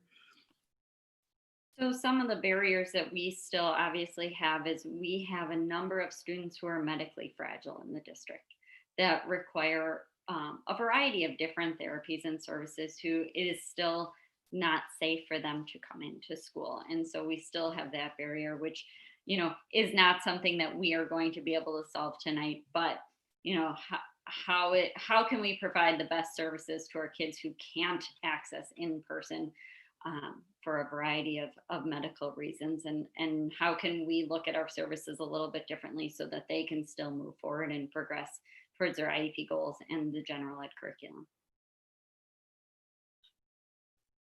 Great, thank you so much. The question I had was, I'm really so happy to hear that there hasn't been any other cases at Key 2. I was just curious, how is everyone doing? How is the staff doing? Just generally, you know, it's a huge change. Feels like a big jump. Just wanted to check in with that. Any issues, and once again, how can we support? Thanks, Christine. Yeah, I met with Greg just this morning on that, and so, you know, anytime there's a case that's obviously creates a lot of anxiety for folks. We have a very good protocol in place. We were able to handle that situation with our protocol. The communication lines were good. We were able to go through the contact tracing process and be certain about what our situation was there. So it was a very that wound up being handled as well as it could be, and that's very good, and as smoothly as it could be, given it's kind of frightening.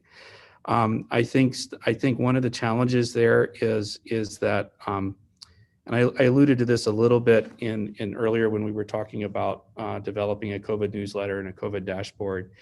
There's always a very understandable desire for a lot of information on the part of parents, on the part of staff, and I express absolutely no judgment in that. That's very understandable and to be acknowledged. And at the same time, it's challenging to meet that to meet that demand for information, and also to the extent that it's presented sometimes, and also respect privacy and confidentiality. And I think one of the challenges with that is that we face is in communicating as transparently and clearly as we possibly can, and balancing and still maintaining confidentiality. And I think the support in that we would all look for is, you know, our colleagues are looking for administration support in that. We look to the board for support in that as well. It's just helping folks understand, one, being receptive to when somebody, as we certainly are, to when people give us feedback about, hey, this type of communication would be helpful if you could provide it.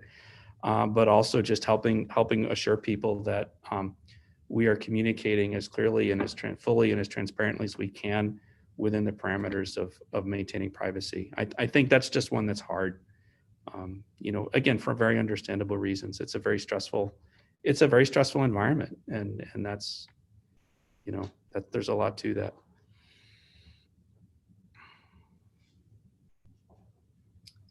So aside from that, in case, I guess you would call it, otherwise you feel like the staff is doing well. And also it occurred to me, even though they're dealing with very different aged students, is there anything that Jeff could learn from Greg, as he moves into the tech? And that's more of a rhetorical question than anything. But I was just wanting a little bit of a, Yeah. how are things going? My sense from, thanks for the question. My sense from talking with Greg is that the staff are doing well. They're certainly very excited to have kids with them in school. That's a big plus, especially for our youngest learners. We had a debrief with our A Council right after Conrad opened, to your point about what can we learn from each other as we move through these steps. We did the same thing as we were opening up summer recreation activities. What can we learn from these experiences? And we have A Council again tomorrow. We'll do the same thing there to continue to debrief. We also debrief our processing of the response protocol, and we do that as a group.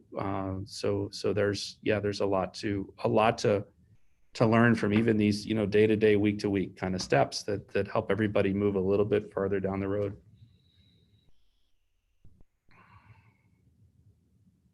Thank you. You're welcome. Thank you for the questions. All right, so that is my report for this evening. We've got our board meeting dates coming up here and our annual meeting at the end of the month. I'm sorry. Thanks, Ann. Yeah. Okay, and I don't know if you know this off the top of your head or if you have it with you, but usually for each of our meetings, we have like a set report that's going to be presented to us. Mm-hmm. I'm just wondering, in November and then the first meeting in December, do you have those handy as to what we're going to hear about? We have a tentative report schedule. So let me go back through that again. It's shifted a little bit because of COVID, okay. But I will go back and review that again this week and get that back out to you. Yeah.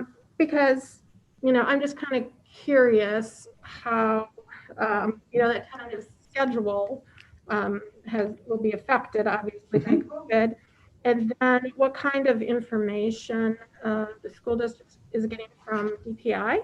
Oh, sure. And I realize, with DPI, it's difficult because the status of COVID is so very different depending upon where you are in the state. But I'm just wondering what they have in terms of, is testing still going to be required this year? What is the federal government, doing? Are they sending us money to try and, improve our ability to teach kids virtually before we can get them back in? And I'm really particularly curious about reading. Yeah. How we're getting the kids to read and measuring their progress. So. Yep. I'll just throw that out there. Well, those are particularly the reading topic was a big part of our conversation with Greg and I this morning, and we're very concerned about that as well. We lost quite a bit of instructional time in the spring. We're seeing evidence of that in terms of our early assessments that we're looking at grades K through 2. We know that there's a lot of work to do to help students to some extent recover ground that we missed and continue to move forward. And you heard a couple of weeks ago when Melissa was presenting the idea of curricular compacting. So really what that forces you to do is focus on what are the absolutely most important skills that need to be emphasized here with kids. And we're frankly doing that across the whole district. But as part of our reports going forward, we can certainly give you regular updates on how that's going and how that's looking. Again, I think that speaks to the importance of the VIP services, particularly in the upper grades where they're not able to be in person every day. But yeah, that's a great question. As far as funding, the federal government did pass the CARES Act Was some funding that was allocated to the district that has been processed. Jeff can speak to that, Mahoney. And in terms of testing, we don't know yet. What we've been told, what we have heard from DPI is that they will again be offering flexibility for districts on some measures. Some of those include the educator effectiveness evaluation process. We do anticipate filing a waiver to simplify that process for our staff this year. Also hours of instruction as we did last year. And so, yeah, there's definitely some flexibility opportunities there, but we don't have a clear answer yet on testing or some other things. I see Jeff just turned his camera on. I will turn it over to him for more on that. Well, I don't think it was about testing, but I think it was about the CARES funding question. McFarland School District is in line for an allocated amount of about $47,000. So again, not a whole lot of money. It is being allocated to help support the costs over the next 2 years of the Canvas software that we are using. And that is our tentative plan for using within 2.5 years that will be used up on that. Thanks, Jeff. And then more thing. There have been some interest or some questions from people in the community about whether or not we hear from students and whether we have student representatives on the school board. And I had explained that in the past, there was usually 1 or 2 high school students that were members of student council that would come to our meetings. But since, the pandemic, we have not had that. And then I was in touch with Dan Walsh, who is the advisor for student council, and he indicated that they just recently had their elections, and so they were in the process of, getting people in.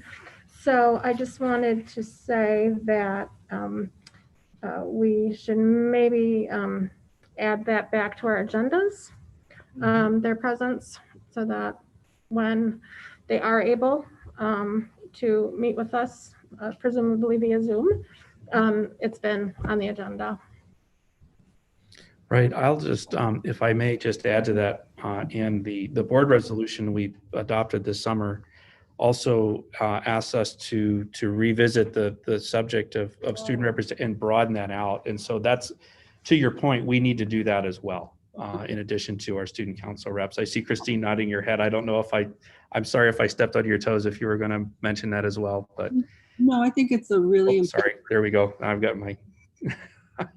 So hard to have this flow of communication. No, I think I'm glad you brought it up, and I think it should be an agenda item. I think we should discuss. It's so important right now. So thanks for bringing it up, or however the process is for us to talk about it would be great. I think it would be helpful if we put that on for our next board meeting as an agenda item, because we're familiar with how the student council rep process works, but in terms of how the board wants to look at augmenting that or restructuring or however, that would be a good one for us to discuss next time. There are certainly more topics to discuss. For sure. Okay. Okay. Thank you very much, Andrew. And I think we're going to move along to the business manager's report. So I will turn this meeting over to Mr. Mahoney. Jeff, take it away. Thank you, Craig. I am going to see if Andrew can still share his screen. For those that are present with Andrew, there's a hard copy of a 4-page PowerPoint. And then for those that are watching this live from home, there's a document on the website. So the 4-page document is really to kind of talk about, of which the first page shouldn't take long. It's an intro page. So it's about the 2021 budget notice. So if we'd already flipped to the second page, I'm using sound effects with real paper. This kind of gives you a feel for where we're at. And if it feels eerily the same as a normal budget year, it kind of is, other than the fact that we haven't had an annual meeting, and yet I cannot share the whole budget picture with you because we don't have all of the information yet from DPI, because that's the timing of all of this. However, we'll start with last week we completed some enrollment. All of the information for enrollment was submitted. As of last Thursday, we received our equalized value. Now, and I'm going to get into some of these other components in a moment, but equalized value is what kind of helps divide out the property tax. So that's a very important piece of information. Tonight, we have to notice our annual meeting. And our annual meeting will be on the 26th of October. On the 15th, coming up, we will receive our general state aid. Now that's roughly about $13 million. We'll find out what that final number is, but we won't be able to set our property tax until we have the state aid amount. And I'll get into that on the next slide. Our next night of meetings is October 26th. We can certainly use our first portion of that board meeting to make any adjustments that we need to make, or update, or look at anything additional for the annual meeting. What we're noticing tonight for the annual meeting is the general outlay of what the best estimates are for what will be presented at the annual meeting. At the annual meeting, we will present not only what was presented this evening for the notice of the annual meeting, but similar to previous years, we might as well present some options. But this year, unlike most years, we will set the tax levy actually at the annual meeting. And if everything is fine, the board will probably not reconvene. The board does have the option to reconvene prior to November 1st if it so chose to change the tax levy, but that is unlikely due to the fact that we will have all of the information. Page 3, please. Ooh, all right. I don't know if you guys are getting sound effects on this, but we usually have some pretty good sound effects. So Andrew's putting them all up there. Oh, backwards one. Thank you. All right. What's changed or changes now until the annual meeting? Enrollment. Our head count is down 68 head count over the 1920 actual that we had. We were expecting about 105 more student body members from last year. Now that does pose a little bit of a significant challenge for the budget side. However, of all of those numbers, 45 of those are from the 4K area. 4K expenditures are based on a per pupil that we allocate to our community partners so that they may operate. They are doing fine. They are able to manage, and our budget is not impacted by not having those 45 students necessarily. The rest of the downturn can be leveled out over the fact that the revenue cap has two 3-year rolling averages that are averaged between each other. So in other words, there is some buffer with enrollment and how it affects revenues through the revenue cap. I'm going to jump past equalized value for a second and go to state equalization aid. Again, we'll receive in the middle of October our state aid final. We have estimates right now. It should be pretty much the same of what we're presenting tonight in total. But just a reminder that revenue cap minus state general aid equals our levy. So again, as much information we have this evening, we still cannot set the levy tonight. We will do that at the annual meeting with the community and the board members that are present. What we do know, other than enrollment, is equalized value. We estimated a 5% increase as of October 1st. The official came out and we were at 5.3%. We do know that residential accounted for almost 7.4% increase, and commercial and the other categories took it down to about a 5.3%. So that's good news. The next slide, please. This is the one I probably should always start with. I know that people are usually sitting out there wondering where things are looking and what we're going to have happen. So you'll see 18, 19, 19, 20, and 2021 years, and you'll see what's happened over the years. We'll focus on 2021. The items in yellow are the 3 that will change still once we have our final state aid amounts on October 15th.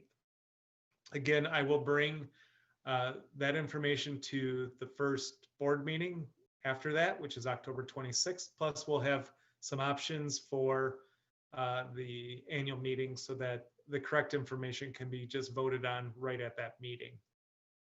So we are looking at about a $13.3 million general fund levy.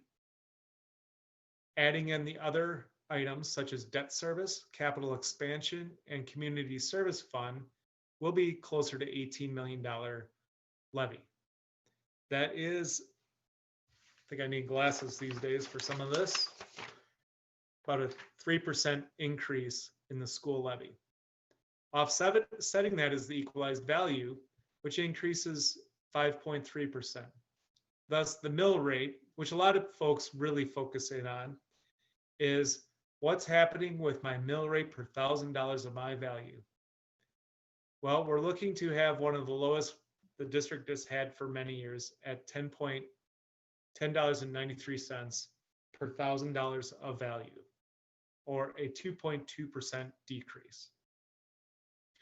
The bullet points down below: 2.9% increase, 5.3% value growth, and it equates to a 2.2% mill rate decline. Again, we're fortunate we've had lots of growth in our residential area, and therefore there is some offset there. From a purist standpoint, it is always about the levy, and the levy is increasing by almost 3%. However, there is a good amount of value growth that is offsetting and taking a portion away from those existing taxpayers. So it is very much a good balance. That would be my presentation in regards to tonight's action item, which is the posting of the notice of the annual meeting for October 26th.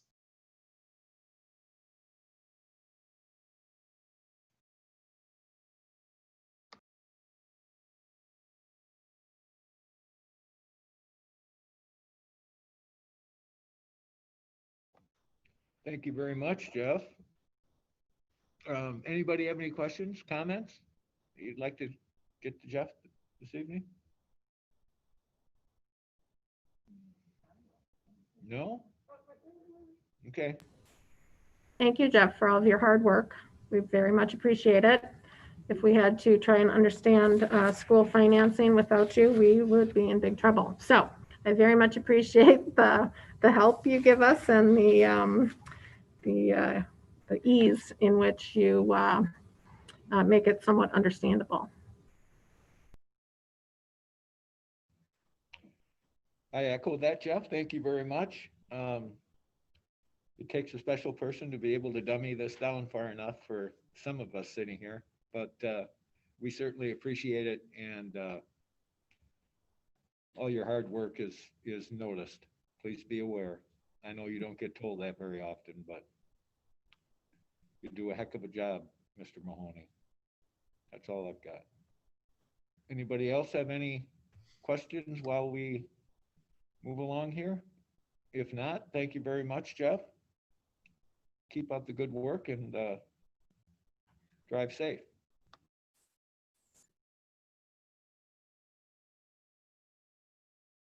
if you're going out anywhere from home, drive safe.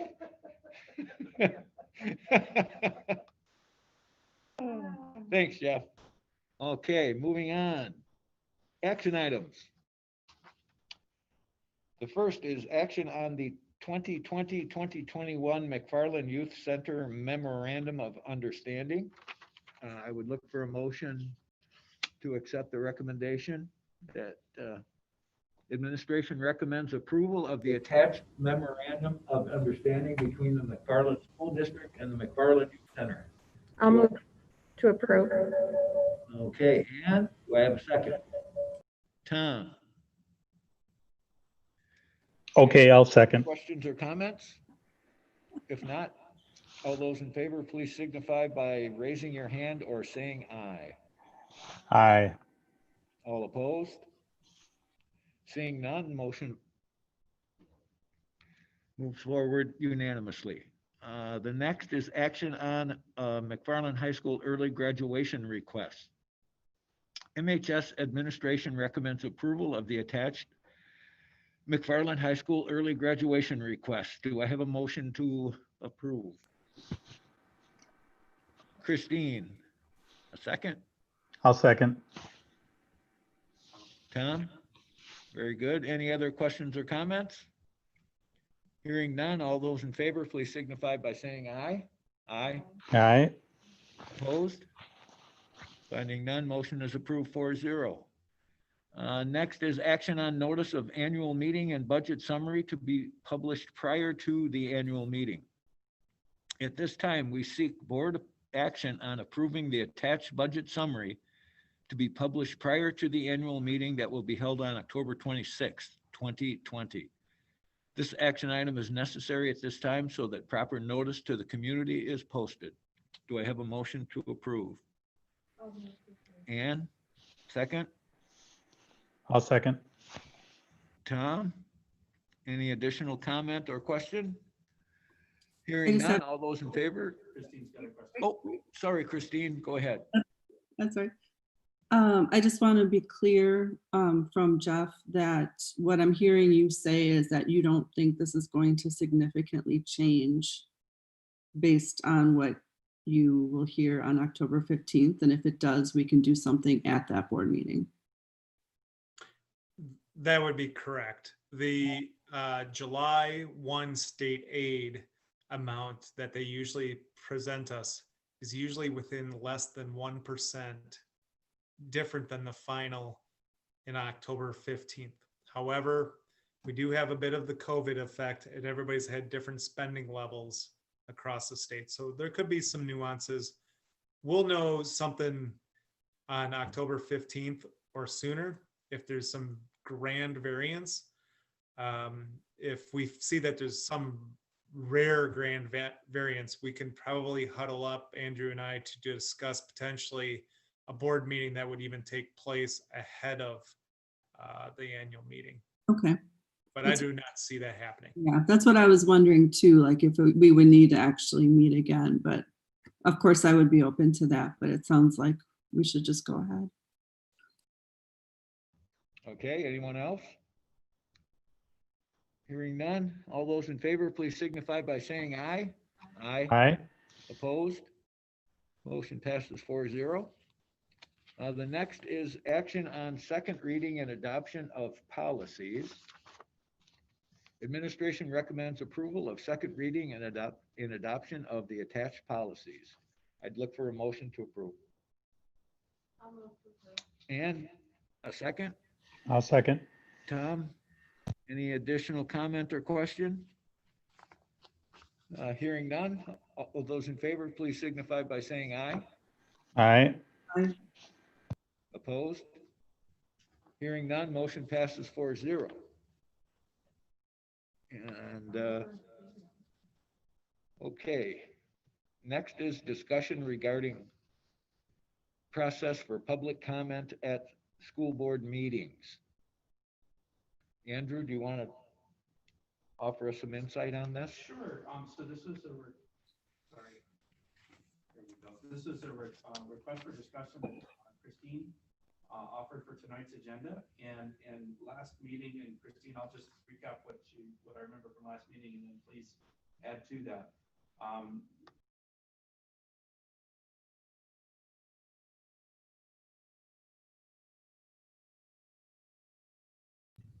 How about that? Is that better? Okay. Christine has been approached by a number of community members, and perhaps others have as well, requesting the opportunity to participate in person at board meetings in terms of public comment. And so Christine asked if we could put this on. She mentioned that at our last meeting, and then we have it on the agenda for discussion for tonight. So Christine, I'll take it away. Sure. Thank you. Well, when I brought it up last meeting, I was thinking about what the village board had been doing, in that they were allowing people to do public comments through Zoom. It was working well. People were able to pop in, do their comments, and then leave, so that they're not actually, you can continue to watch the meeting, but you're not a participant per se. I was not aware of Mr. Mooney's comment, so that came up as another possibility of having it be in person as well. But my thinking behind it is providing more than one opportunity to give public comments. I think especially right now, we need to be very accommodating and make sure that the public have, how they make comments, it's accessible and people are able to do it. So I would hope that we would consider offering more than one option. I could add my 2 cents, I guess. I don't see any, and I may not certainly be the expert on this, but I don't see a reason why we couldn't do the public comment via Zoom. The in-person, I think, is a little bit touchier probably in terms of liability and those sorts of issues. I don't know if we'd have to do releases or that kind of thing to have folks come in and do their comments in person. But again, I don't personally have an issue with inviting the public commenters to participate via the Zoom meeting. Anyone else?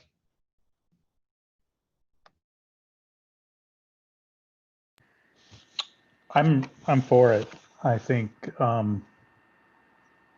it's kind of hard sometimes. I mean, it might be easier for people to put their thoughts into letters and things, but I think having that live in-person communication, even though we don't engage in a colloquy with them, I think is very important.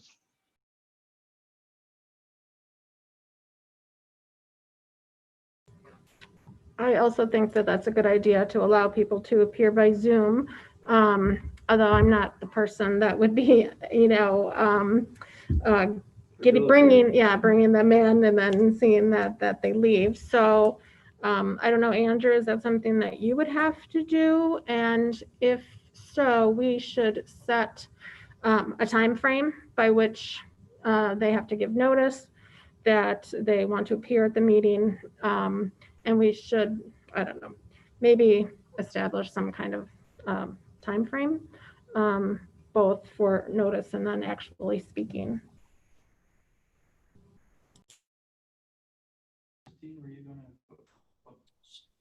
Sure. Well, I think, going back to the policy, if I remember correctly, I think it even said like 3 minutes or something. So there is some policy guidelines. Honestly, I would suggest talking to the village about how Matt does it. Matt is the person who lets people in, and you don't have to sign up ahead of time. You just get put in a queue, and you go up next, or you go up next, and you have to type in your name and what your address is. But maybe talk with him and see how it would be possible. I don't know what they're using. It is a Zoom, but there is a little window that pops up that stops you from going anywhere without registering and making sure that you're part of the village. So could we maybe speak with him and see how they do it? Absolutely. I've had some conversation with him already about how that process works. And the last time it's been a few weeks ago, but last time we talked, he does sort of manage that process as the facilitator for the meeting. I believe he's got some support from the communication technology staff at the village as well. So I'll talk with him about how they manage that. When I've seen that done in other settings as well, you wind up having like a co-host situation where you've got multiple people hosting a meeting, and one is sort of the outward facing person host, and the other one is the inward facing host getting everything ready. So I think we'd want to look at the procedures for that. Yeah, but I will talk with him again and get some more details on how he manages that. Well, I guess I'd be curious as to each of the public commenters at some point it would have to be communicated to them, the Zoom link in order to join the meeting, correct? So there would have to be some sort of a process on the front end where we would know who to send the invites to the Zoom meeting to. I don't know if there's a process where you can just jump in helter skelter. My assumption is you have to enter the Zoom meeting via the link. And how are we going to get that link to the people that are wanting to publicly comment? Well, I'll talk with him and find out how they do that. yeah, it's public. Oh, I'm sorry. Christine's talking. There we go. Go ahead, Christine. Sorry. So the link is public, so it's right on their website. So when you go in, we're just doing it a little bit different way. So there might be a little bit of that to figure out. I think the other way that would make this manageable is, I don't want to necessarily put this on Andrew. I think that there needs to be a little bit of support, but maybe we can make the public comment time the same. It tends to jump around in our agenda a little bit. So maybe if we always said, it's at a certain time. I know now it's up front. It used to be at the end, or maybe, never mind. Anyway, just have it just be, a certain time every time, so that you can just manage that, or not you, Andrew, somebody will just manage that and then move along. So it may also, have us changing the way we live stream, because if people are on the Zoom, you don't have to live stream as well. But once again, I think those are things that can be figured out. Yeah, I certainly agree, Christine, and I don't think there's probably any technical issues that would preclude us from doing this. I'd be surprised if there were. So I think maybe moving forward, we should maybe have Andrew talk to Matt and see if there are technical aspects of allowing people to join your meeting that will make it difficult to do. But if the village can do it, I would think that we could probably make this happen as well. And speaking for myself, I have no issue at all with folks joining kind of virtually in person. Any other comments from anyone?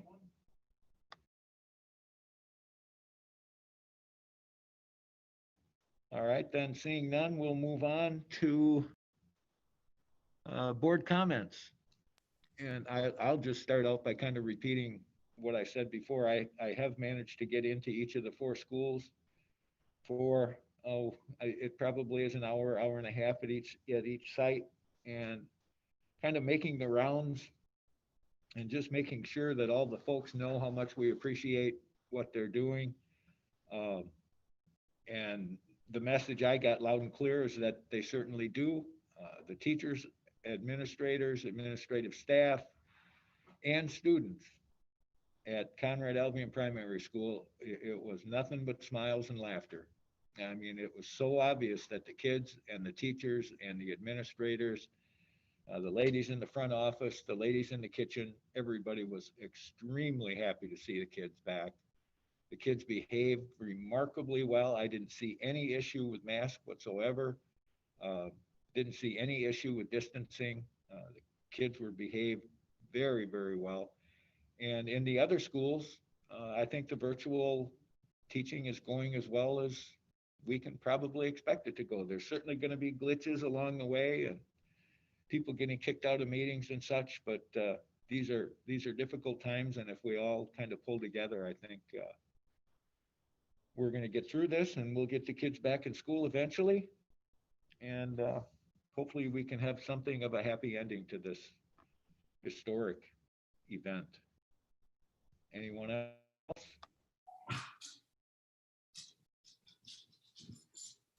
Christine, go ahead. I had the great opportunity to work with the Wabisa staff last Thursday to hand out packets of information, which included mostly books from the library or other supplies needed for the families in a particular place, third grade, fourth and fifth. So that was really neat to touch base with some of the staff at least and wave and say hi to the all of the families coming through. And I don't know how often that happens, but I'd be happy to do that again. And if there are other opportunities in other places, Jeff and I know that Aaron, others on this call, I would be happy to do that. I'm working from home, so anytime. Thank you very much, Christine. Anybody else? If not, I would be looking for a motion to adjourn. Ann, do I have a second? I'll second. Tom? Any other comment? I'm assuming not. All those in favor, please signify by saying aye. Aye. Bye. Motion passes 4-0. Thank you very much, everyone, and have a great rest of your evening. Go Pack. All right. Thank you. Thank you.